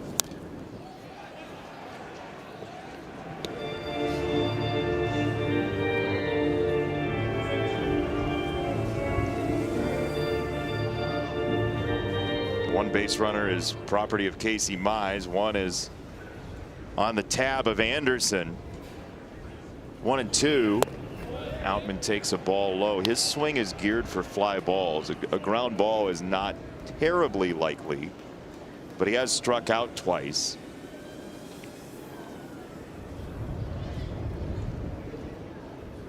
Two and two. Struck him out with a fastball. That was a missile. Kind of out of nowhere after all the changeups. Yeah, lulled him to sleep. Rock-a-bye, baby. Bye, you. Yeah, that's a nice sequence there at the end after going changeup, changeup, changeup. And you can see Outman going, where did that come from? 94. Up and in. Here's Brooks Lee. He shows bunt. Takes a curveball strike. 2 outs. Wow. First and second.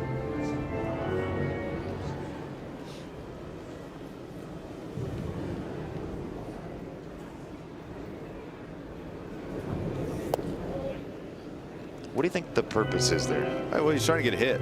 He wanted to get a hit. Colt's playing way off the line. He figures if I get a base knock, get the next guy to the plate. But I mean, you still got to execute a nice bunt. And then you'd have bases loaded, 2 outs. Would be probably the best you could get, unless there was an error. But yeah, I'm not a big fan of with 2 outs and the runner in scoring position. I know Buxton's hitting behind you, but you gotta have some confidence in your game. Instead, it's 1-2. He gave away a strike. Now he's well behind, and that changeup gets buried. 2-2. A lot of pitches tonight, just long innings both ways. And like we talked earlier in the game, you can see right now Drew Anderson trying to get a little bit of friction on the ball. Guys blowing into their hand to create a little bit of moisture, trying to find grips is tough when it's cold. 2-2. On the ground towards shortstop. That's a tough, rangy play, and the bouncer from McGonigal is late. So he ends up with his infield single. 5 pitches later, they are loaded for Buxton.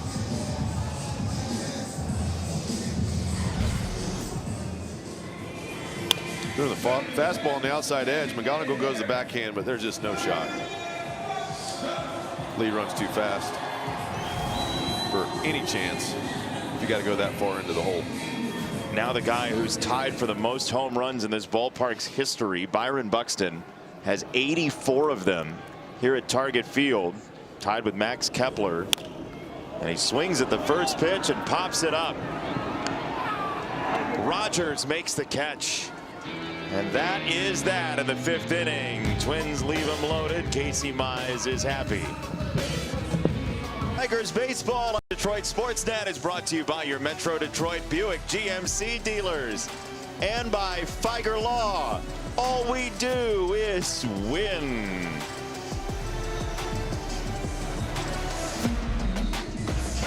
Chilly night here in the Twin Cities, and a long night as well for both sides pitchers. Just lengthy trips to the mound. And the first bullpen arm for Minnesota is our Wellside Windows pitching change. It's Anthony Banda, who typically has seen right-handers hit him well across his major league time. Yeah, one of his favorite pitches is a slider, which is very effective against lefties, left on left. But against righties, that slider is not quite as effective, and the fastball combo, anytime the ball's coming into you, it's easier to foul it off. It's easier to get the hands inside, hit for power. And you know Torkelson's thinking a little bit about that slider right now, digging into the box. It's more than a 200-point difference in on-base plus slugging for righties as opposed to lefties against Banda. There is ball 1. Kerry Carpenter is under the weather, so he might be available for a pinch hit opportunity later, but that was in question as of about an hour and a half, 2 hours before the game. So there are 3 righties on the bench for the Tigers and 1 lefty officially. We'll see what happens as we get later in the game.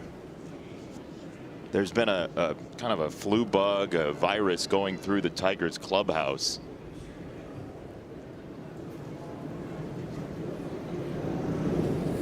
Yeah, Banda shaky on the first 3 to Torkelson. Yeah, this is an auto take here. See if you can get a base runner. Guy's spraying a little bit, make him get back into the zone with a pitch. 3-0. 3 balls and a strike for Torkelson. Then McKinstry and Vierling. You do have Dingler, Jones, and Baez on the bench. So 3 right-handed bats. 3-1. Torque high in the air, center field, and playable for Outman for out number 1. And we get a message from the fine folks at Rally House. The season starts at Rally House. From jerseys and hats to tumblers for game day, it's where outrageous selection meets every fan's style. Thanks for joining us tonight. Daniela Bruce is downstairs. Andy Dirks, Jason Benetti, our entire wonderful crew. We love coming to Minneapolis. Some great TV folks here. As that breaks in, evidently, that's one of those you might challenge if you had a challenge, but you don't have a challenge. Neither team has a challenge. Yeah, Cartoon Box liked it. Yeah, it did. Cartoon Box is known to cozy up to a slider on a cold night. And he straightened it out. You see why the at-bat is much more comfortable for a right-hander. Yeah, that's a tough slider.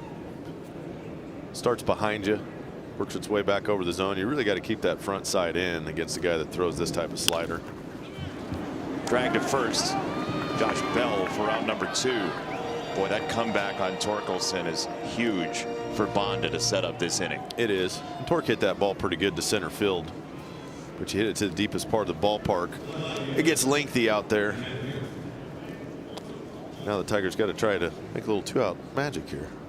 Starting with Matt Vierling, who would love his 2nd home run of the year.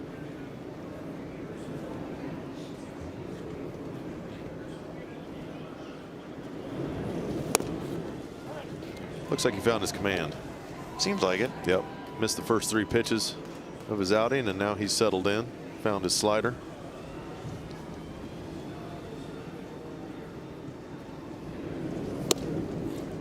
No. That's a strike.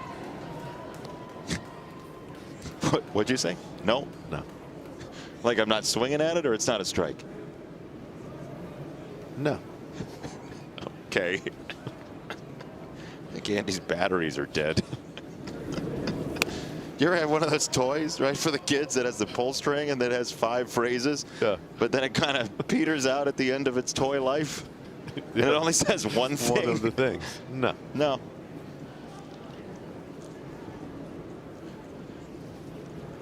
One and 2.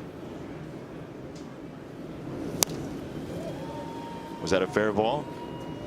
No. Thank you.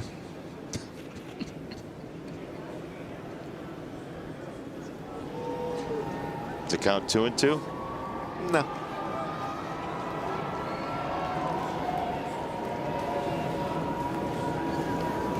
The 1-2. Into right field, and that's down. And it gets by the right fielder, Wallner. Vierling to second. He's on his way to third. That ball just croqueted its way through the wickets, and the Tigers get 3 bases out of it. Was that a good defensive play? No. Vierling scorches that ball into right center, and you can see as Wallner goes over, he actually kicks it. But nice piece of hitting to go up and get the heat. And Vierling hustling out of the box. As soon as Wallner kicks it, he's gone. All the way around the bases he goes, layers and all. So now those splits we were talking about is why A.J. Hinch has gone to the bench here, and he's going to bring Jahmai Jones to hit against Bonda. Which is a good matchup. With a slider, fastball guy, this is the kind of guy Jahmai we've seen him do a lot of damage against. And you saw, it seemed like Matty Vierling saw him pretty good right there after he saw a couple pitches. Stepped in the box, and if you can get a 2-strike pitch that's elevated in the zone like that, smack it to right center field.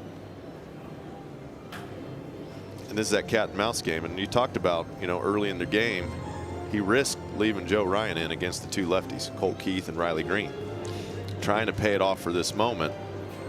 But this is where the Tigers' depth in arsenal comes into play. It's just when you think I could probably squeak through this, You get a guy in a runner in scoring position, AJ's going right to the bench. Yeah, if they bring in Bonda, he's going to unload the right-handers, especially trailing in the game. We talked about it last night on Peacock. If you are ahead on the Tigers, you can force the hand a little bit. But if you put AJ Hinch in a good situation like this game could change fast. Yep. Put the chips on the table right now.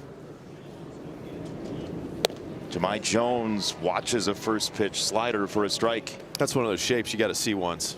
It's such a big bendy slider that once you see it where it starts, he knows if it starts away off the plate now, should be pretty money to hit. That one was down. It's a ball and a strike. Almost two separate shapes there. That was a sharper slider. Yeah, it's that back foot one. He's got kind of that slow, lengthy one. Starts in the other batter's box and works its way back.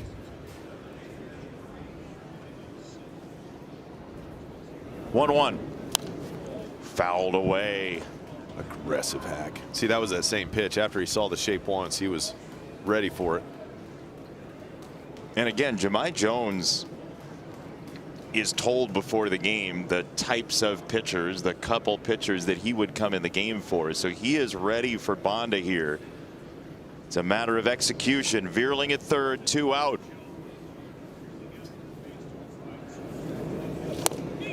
Struck him out with a slider, and the inning ends.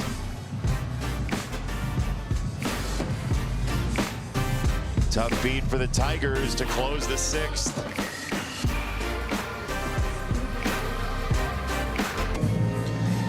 Jahmai Jones remains in the game after pinch hitting for Parker Meadows. That moves Matt Veerling out to center.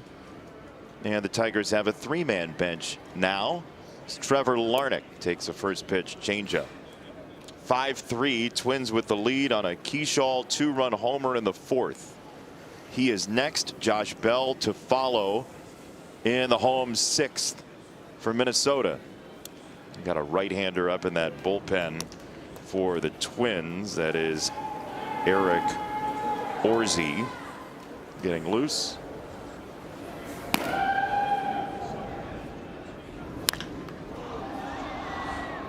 In the air, center field. Matt Veerling makes the catch, 1 away, and it's time to start the randomizer and see who is in fact today's official Detroit Sportsnet Tiger of the Day. It is Lenny Green, who spent 12 seasons in Major League Baseball, a Detroit native who eventually made his way to the Tigers, Pershing High School alumnus.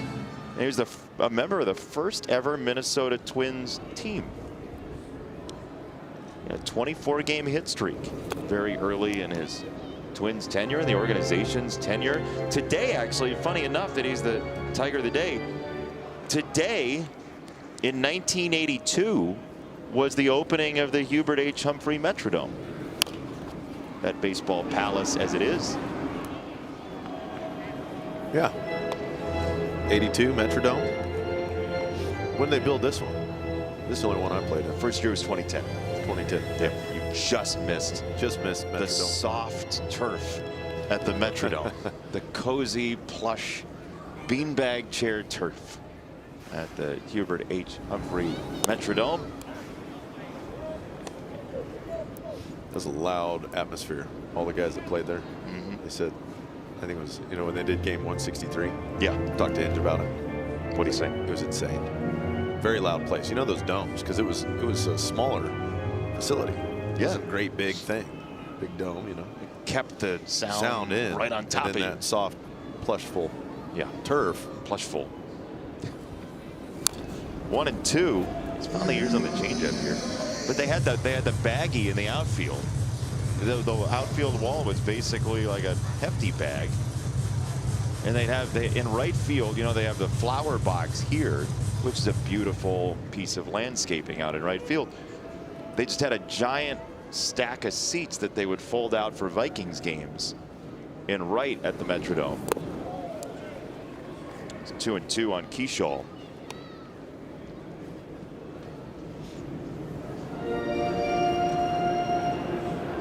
We asked our friends in the stats group if they could figure out the coldest temperature it ever was at old Metropolitan Stadium. at first pitch. As that's called strike 3, and if they had a challenge, they would use the challenge. They don't have a challenge, so all they can do is make a face at Rob Drake. Old-timey baseball. You just look at him. Yeah, Keyshaw knew it out of the hand. He's like, that's not a strike. Nice job by Jake Rogers. That's why framing's still important. Frame those pitches, get your pitchers some strike calls. And Tigers fans love the Drake. 2 out. Strike 1 to Josh Bell.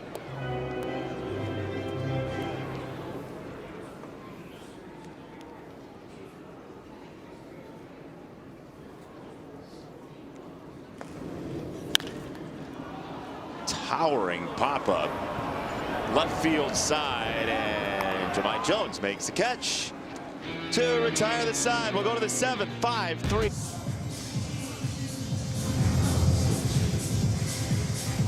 Friday nights just got even better at Comerica Park. Join us for Friday Night Party in the Park, presented by Casamigos. Enjoy pregame food and drink specials, live music, postgame fireworks, and more. Don't miss the fun. Visit tigers.com/party to learn more. New pitcher in for Minnesota, Eric Orsi. This is the Metrodome if you haven't seen it. Looks like maybe during a World Series game, actually. It's pretty full. You got the Major League logos on the field. That place was rocking in the postseason. Man, oh man. Andy, you said you didn't get to play on that turf? Nope. Oh boy, we're back at that. Does anyone know why they didn't put a roof on the new building, the new stadium here? Oh, we're enjoying baseball al fresco tonight. Yeah, my toes, I can't feel them. But other than that, I'm doing okay. You are? Yeah. Yeah, once they go numb, it's no big deal. Right. You really, yeah, they can't feel them at all. Yeah. Hands are good, though. I've got the hand warmers. I'm doing okay. We were wondering. Andy had just asked, is Daniela okay down there? There's a strike from Orsi, who comes in to face the Tigers 9-1-2. Jake Rogers first. And he swings through a splitter. That's his pitch right there. He loves to go to the split early and often. Big part of his arsenal. He's quite a story, Orsi is. He got double diagnosed with cancer when he was at the University of New Orleans. Battled it, beat both of them. Ended up working his way through the system, making it to the major leagues. I mean, you talk about resilient. Yeah, it doesn't matter if it's 30 degrees for that young man. No. I mean, there's a lot of things that, you know, ball players have to contend with on their journey to the big leagues, but that's not one that many have ever had to partake with. Ground ball to first. Clemens is in to play there for Bell, and there's out number 2. The former Tiger Cody Clemens makes the play, and very quickly 2 away in the 7th inning. You can see it's hard to get that ball up in the air. That split dives down. He's got good command of it, but he throws that almost 3/4 of the time. To left-handers, he throws it a little bit more. Yeah, it's pretty much split with a sprinkling of fastballs. It almost doesn't matter if you're righty or lefty. No. The amount he throws that thing. And on a cold day, you hit that ball in the end of the bat. Boy, that stings. Stays up 2-0 on Gleyber Torres, who's walked twice again today. The Tigers are right in striking distance, only down 2 runs. You get a base runner, a little bloop and a blast, Jason. How about a walk and a blast? What a knock and a blast. I mean, I'm in for all of it. I'm here for it. Because this is where these type of games early in the season, you got to really buckle in. 7th inning, it's cold. Got to find a way to win a ball game. He's putting that anywhere he wants. That's a good pitch for him. Gleyber Torres talking to Rob Drake. It might have just clipped the zone. If I'm an umpire in that situation for either team, I'm just saying save your challenges then. Yeah. You got to talk to me. Don't look back here anymore. 2-2. Check swing. Did he go? No. 3-2.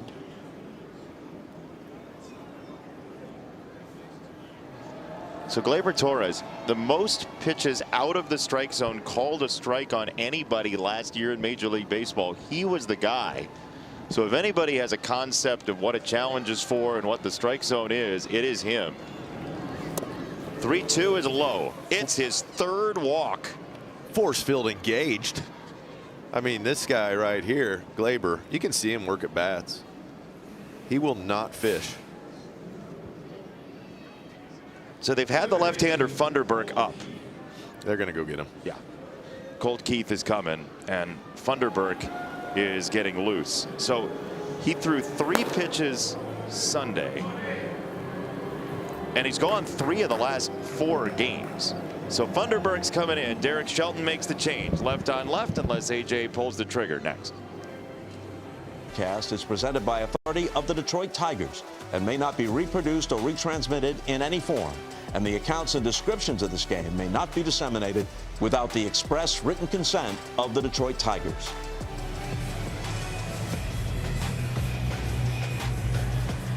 Wallside Windows pitching change. Left on left coming. Cody Funderburk is out of the bullpen for Minnesota. He's got a 4-pitch mix that he will throw to left-handers specifically, Andy. Yeah, the ball's going to be moving away from you or into you. Cutter, sweeper, sinker comes back in. Landed the first one to the outside corner. That's unhittable for a lefty. Yeah, he starts with a changeup. What's that about? Yeah, that's more like it. So now Colt can dig in and actually having a bat against the lefty. Left on left changeups are fairly uncommon. You'll see them once in a while. It's a ball that can leak back over the plate and you can really do damage on, but not when it's located like the first one he threw there. I think that might have been a mis-ID by StatCast. I'm with it. That's a sinker. See, I'm so technologically savvy now. I just trust anything that AI and technology tells me. It's like I would go off a cliff if my GPS just said, yeah, just keep following this road. You wouldn't even call time like Colt just did. No. You just keep going. Just brain not even engaged anymore. Yeah, I agree with you. I think that was a sinker to open. 2-1 to Keith. Riley Green is next. Tigers trailing by 2 in this series opener. In the air, left center field, and playable out there for Larnach to retire the side. 5-3, Minnesota at the Tiger Law 7th inning stretch.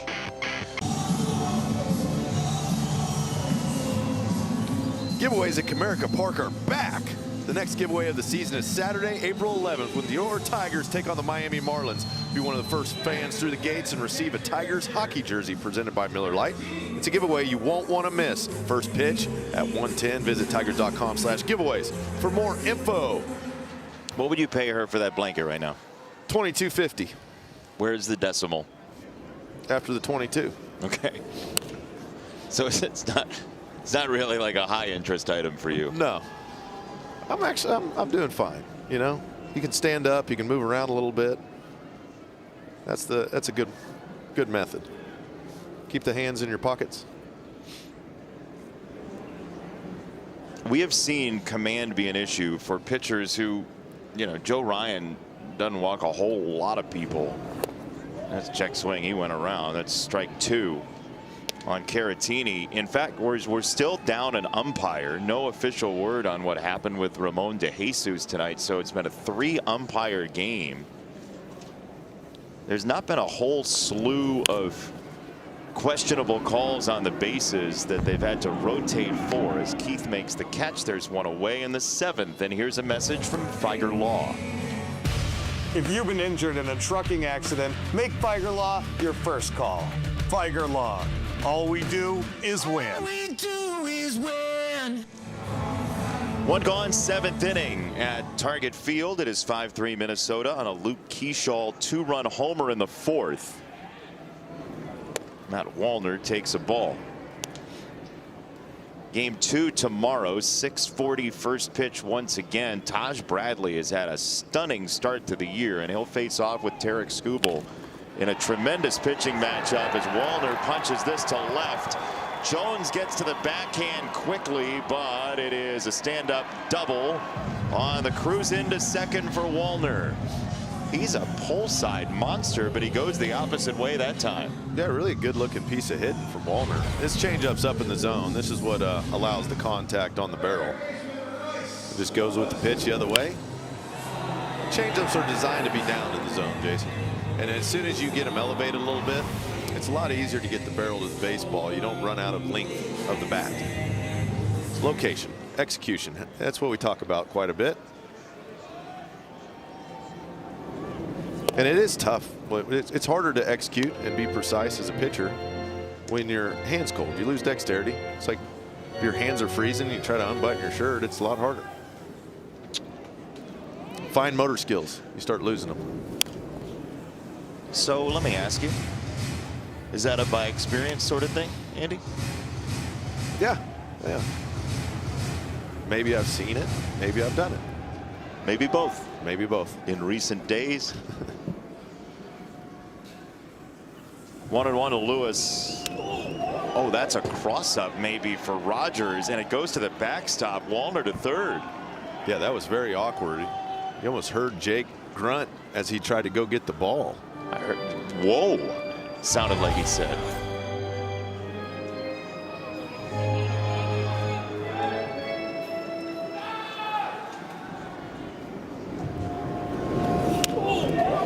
Might have been Lewis. 2-1 with the infield in, popped up, foul ground, first base side, out of play off the limestone. See if Drew Anderson can work his way out of this. You do not want to let another run scratch here. When you're already down 2 runs, you got 2 more innings of offensive work to try to capitalize. This is a big at bat here. If he can get Lewis to ground out to the infield or strike out, keep the Tigers within 2 runs.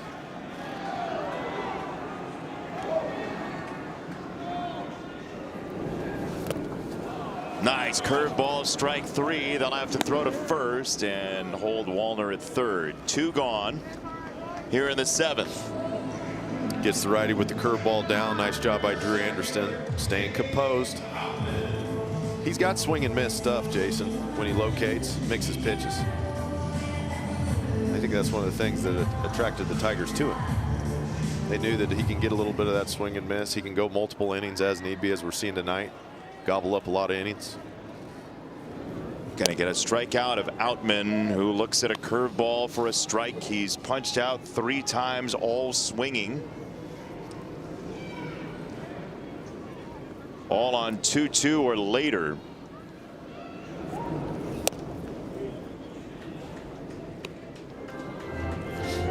Bear down in there with that fastball.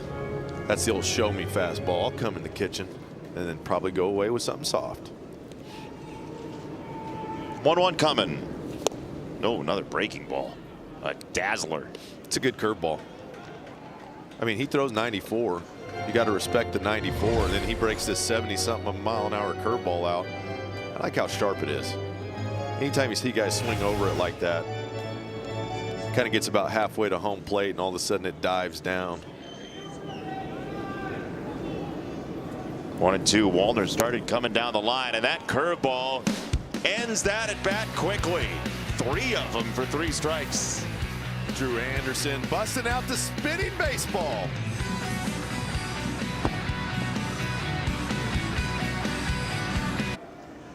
(5-3). Minnesota with the lead into the 8th inning as Cody Funderburk stays on for the Twins. They'll face Riley Green here in the 8th. Cody Lorison has been loosening in the Minnesota bullpen. See when he makes his way into this game, maybe for Torkelson next.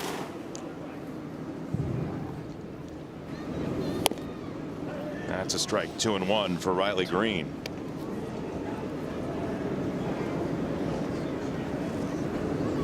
See if Riley can stay away from that breaking ball. He likes to throw down and away. And just when you think breaking ball down and away, they pop that sinker on the outside corner.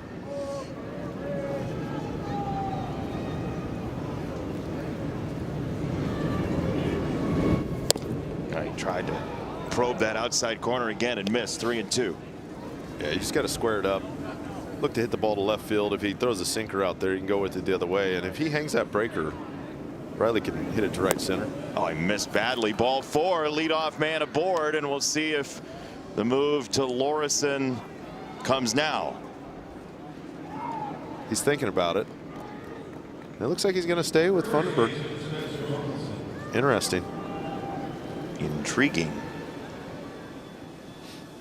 Okay. So left versus right. They got through this kind of at bat in the 6th. Will they here? Yeah, he's definitely played leave the guy in, don't play the matchup throughout this ball game. In part because of how much he's used the bullpen the past couple of days. So true. And you got McKinstry, the lefty, on deck. So I would imagine they'll leave him in for at least 2 more. But you can see him out here losing a little command. 2-0 count. This is a big pitch. Got an advantage count. See if he can zone one up and drive a baseball. Get the barrel to it.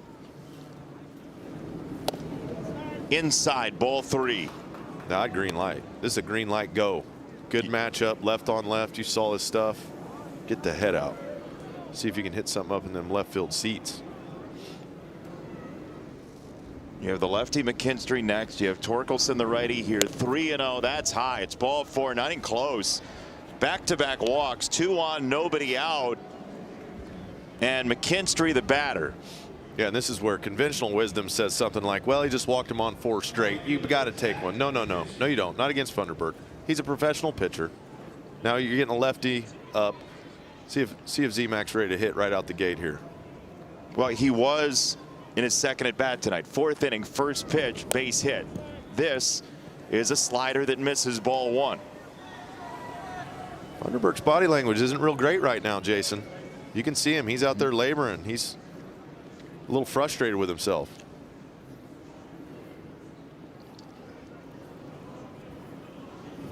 One-0, he lands it.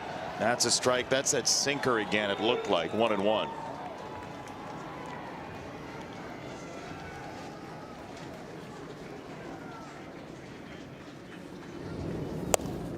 Outside again, 2-1. He just does not have the feel for the slider, Andy. No, that sinker away has been the only pitch he can get over the plate. Tigers trying to storm back in this game, trailing 5-3. Z-Mac saw that slider pretty well. 2-2. Stayed on it, and right now, you know, he can go either that swing back sinker away that he's tried a few times or stick with the slider. So Z-Mac's going to want to try to take the ball to left field, stay back on it a little bit, see if we can get him a knock.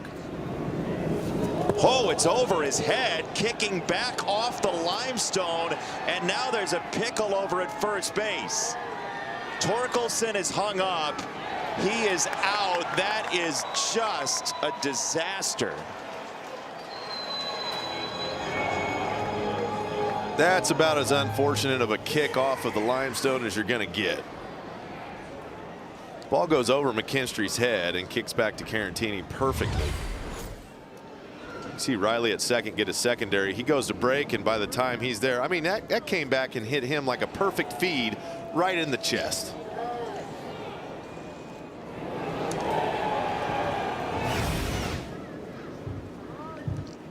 So a good break there for the Twins, but they still got some work to do here. 3-2 count. See if Zach can put a little barrel on it somewhere.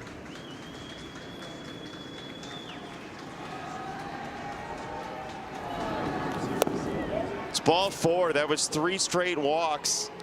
Oh, seriously unfortunate.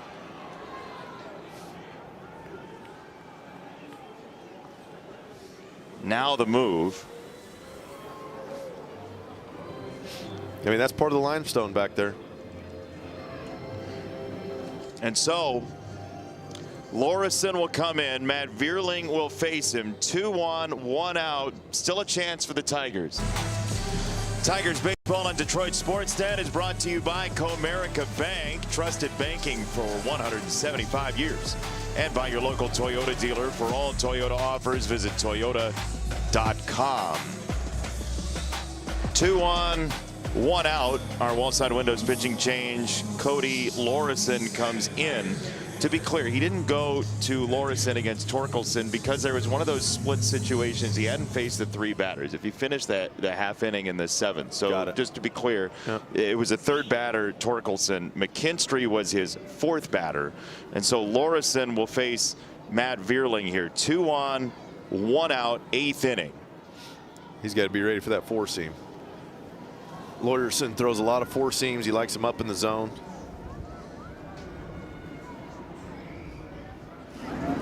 Spin throw to somewhere. Keyshaw was well behind the bag. Riley Green dove back, and everybody's fine and dandy. Keyshaw's like, I didn't know we put that play on. We just went out there and talked for about 3.5, 4 minutes, and nobody told me that we were going to do the old spin throw pickoff.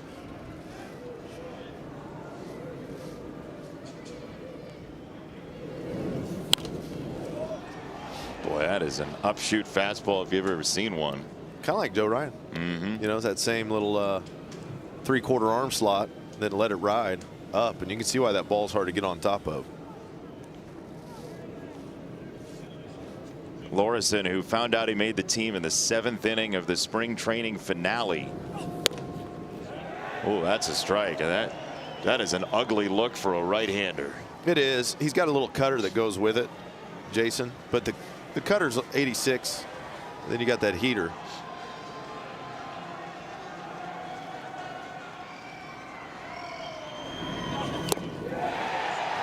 That's a filthy sequence. That's rough. Upshoot fastball to cutter down and away for Vierling.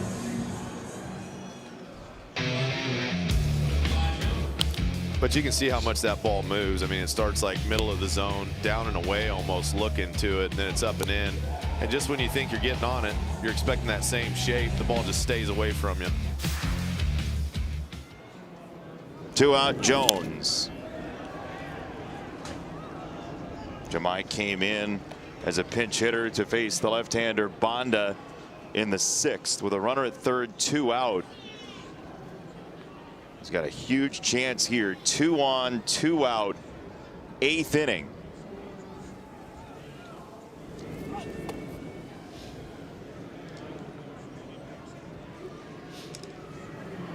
See if he can beat it to a spot. Whenever a guy throws a ball like that, Jason, you got to kind of predict the movement of where it's going to go. That's why they talk about pitch shapes. And you have to, against a guy like this, plan on getting the head of the bat out. So you're trying to, like, Jemai needs to hit that ball left center, left field. It's a blooper to second base. And it's Keyshaw for out number 3, so we won't see Dingler in the inning. He had grabbed a bat. The Tigers strand 2 in the 8th.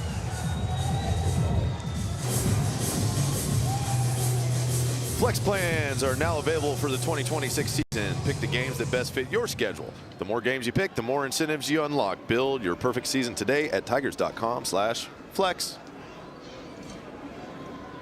Look at Drew Anderson getting the ball again. He's out there doing it.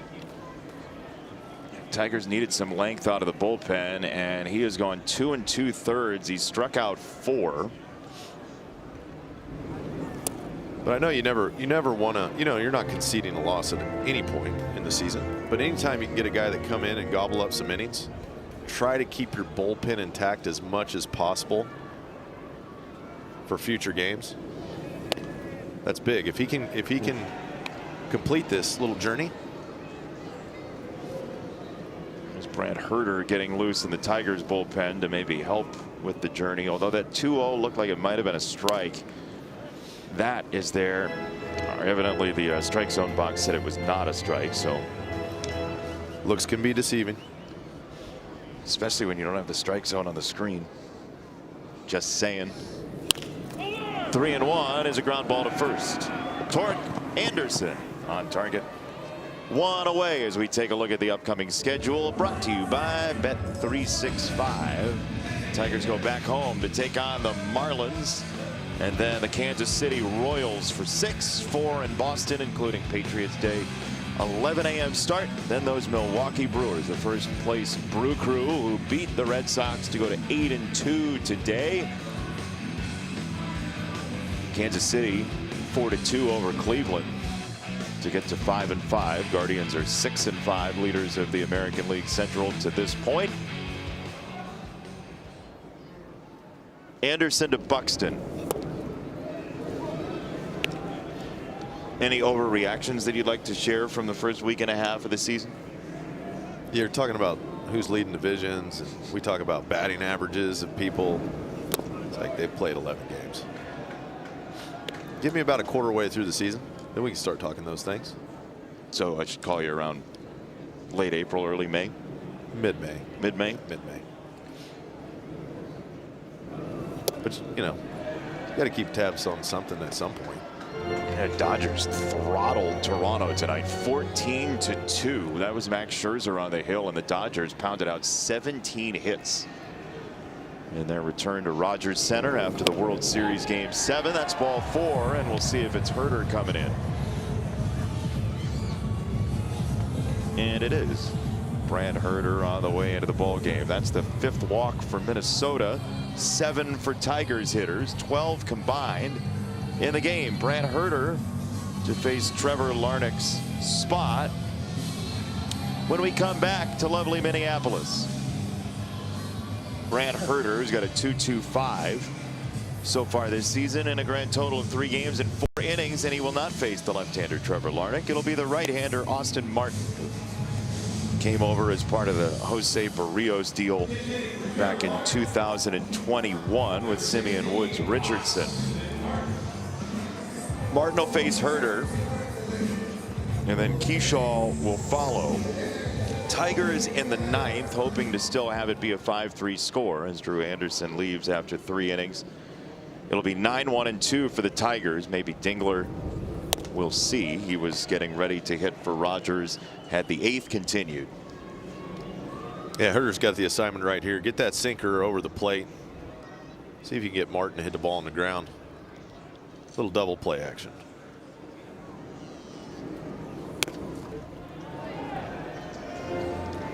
A little wide with the first 2. You know, he's always been susceptible to a little bit of that arm side miss, Jason. And that's something that he's been working on. He worked on it last year quite a bit. Because when he's in the zone, man, his stuff plays. See that big arm angle he creates? Check swing, ball 3. That was a little bit up. But anytime a guy throws across, like around his body a little more, part of what makes him deceptive, I think, also gives him some fits with location at times. And it has here. Ball 4. 4 straight out of the zone to Martin. Buxton to second, Martin to first, and Kershaw, who has the biggest swing of the game, a 2-run homer in the 4th, will stand in looking to break another window. Yeah, you got to be careful here. Keep the ball on the ground with him. Herter's sinker is tough to get in the air. If he hits some locations here, he's got to spot it.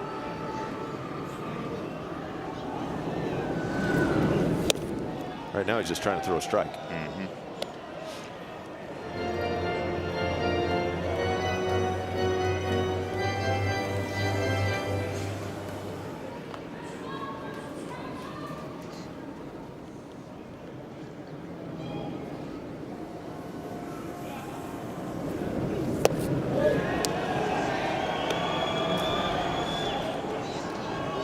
See if he can make an adjustment. Jake tried to throw the change up, get off, you know, if he's missing with the sinker a lot, try a different pitch.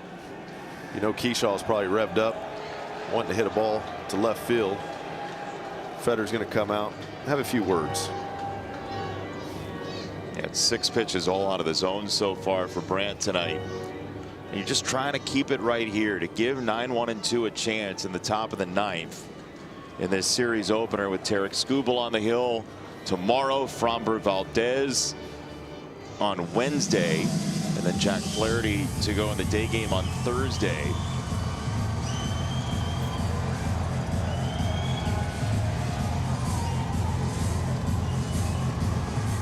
If you're Kershaw, you are gunning for a fastball, yeah? Dead red, looking to pull the ball, get it in the air. He missed again, 3-0. And Brandt's going to have to face the next batter being a 3rd batter minimum.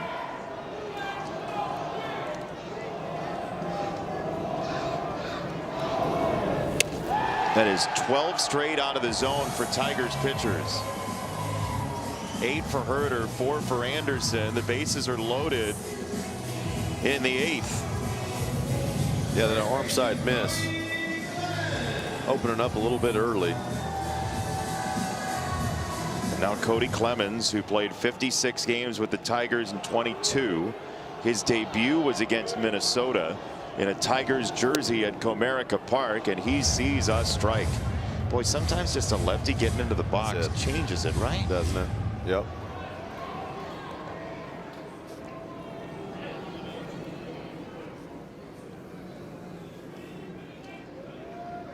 Oh, 1.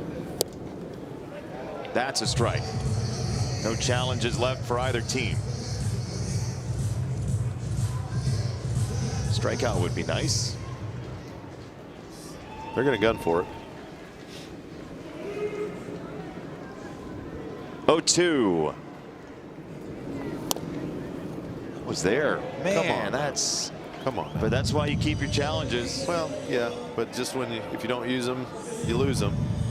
And in spots like this is why there's no perfect strategy for challenges. Yep. Of course, would love to have that one. I agree with you. Jake knew it was a good pitch.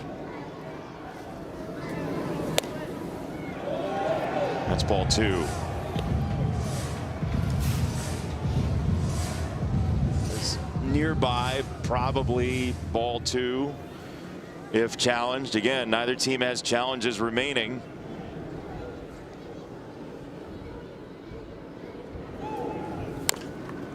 It's off his foot. Boy, that feels great tonight. Got jammed and off your leg. Double whammy. They're sticking with that sinker. 1, he's throwing for a strike. 2, it'll induce a ground ball if there is contact made.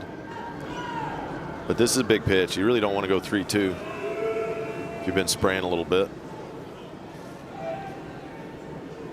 So this 2-2 for Clemens from Herter. He missed, and he almost hit him, actually. 3 balls, 2 strikes. Caratini is next. 5-3 score in the 8th.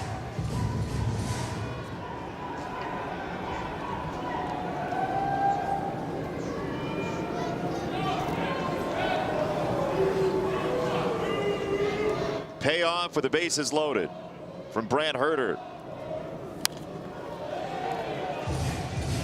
We'll have to do it again.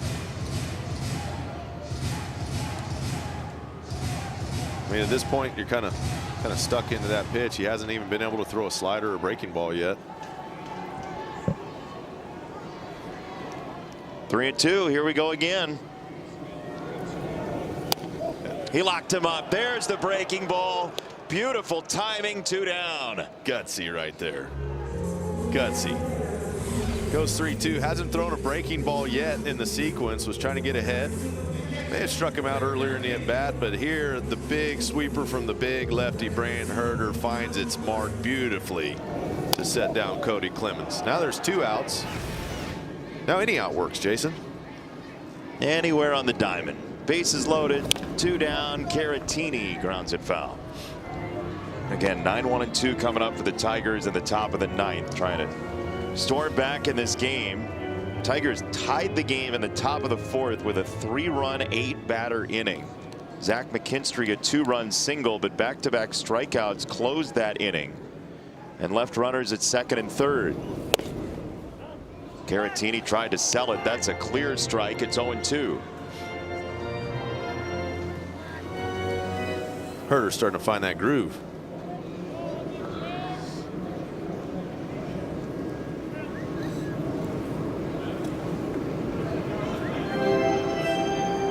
Time call. They'll think it over.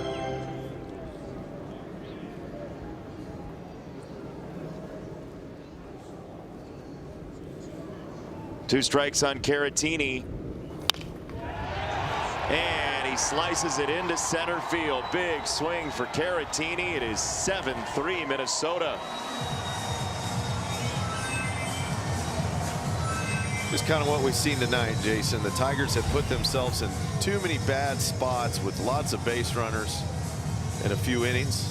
And Caratini, a pitch that he pretty much took earlier in the at-bat, a high sinker, hits it back through the box to score a pair.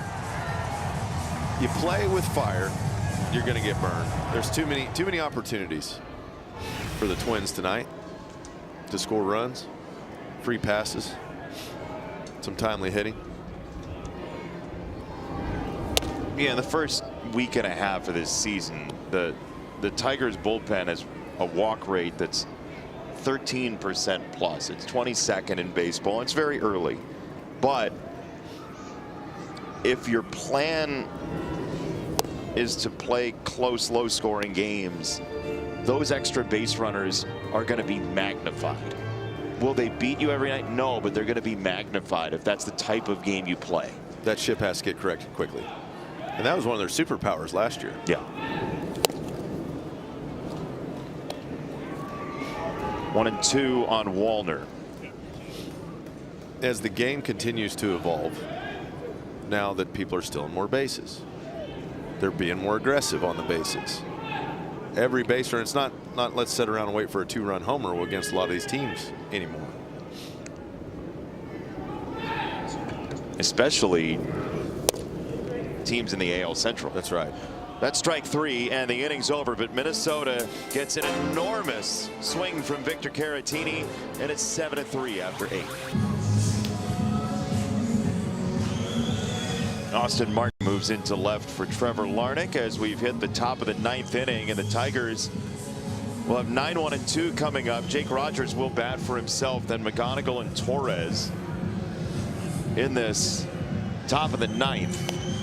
And Lorison stays in the ball game after throwing 6 lethal pitches to a Tigers rally in the top of the 8th. Yeah, he's got a good looking fastball. That 4-seam rides up in on the hands of the righties, and the cutter stays away.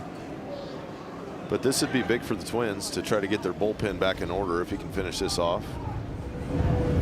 Some of those guys that have thrown a little extra day rest out there.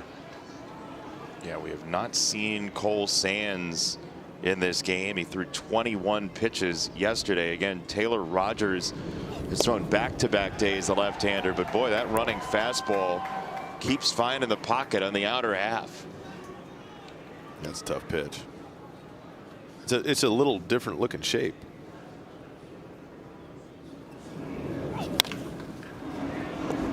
Ground ball to short. Lee for out number 1. Anytime you see a big righty on the mound and it looks like he's about to come over the top with it, but then kind of delivers it out from his right shoulder. Got to find that window to pick up the baseball. It looks like it gets on you pretty quickly. So what do you do? I mean, from the left side, what are you seeing, you think? I think for a lefty, it's a little bit more manageable because it's going to go out towards the barrel. But find the release point. Like right there, McGonigal's looking at it. And at first, it's like find that release point. Then once you find that, you can usually dial them in. It's just an awkward delivery.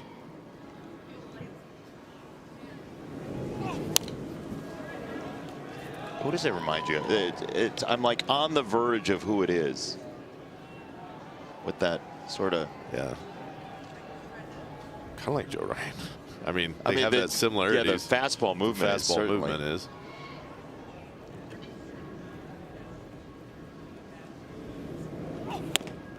Man, doctor, that fastball is sizzling tonight.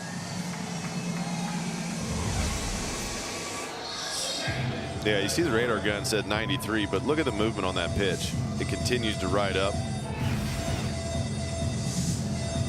Gets above the barrel.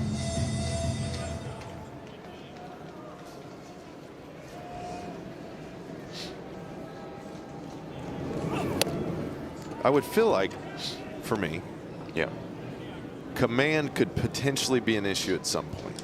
I mean, that's a lot of effort. It's a lot of moving parts for him. If not, he's going to be a pretty tough guy to hit for a while. He just cleaned up the final 5 outs of this game, and he's got the final out in his glove as Minnesota scores the final 4 runs to win the series opener 7-3.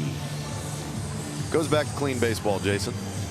You know, when the Tigers play clean baseball, they're a very tough team to beat, but too many opportunities for the Twins offense tonight. Last 2 nights, kind of similar story. Not clean baseball for the Tigers.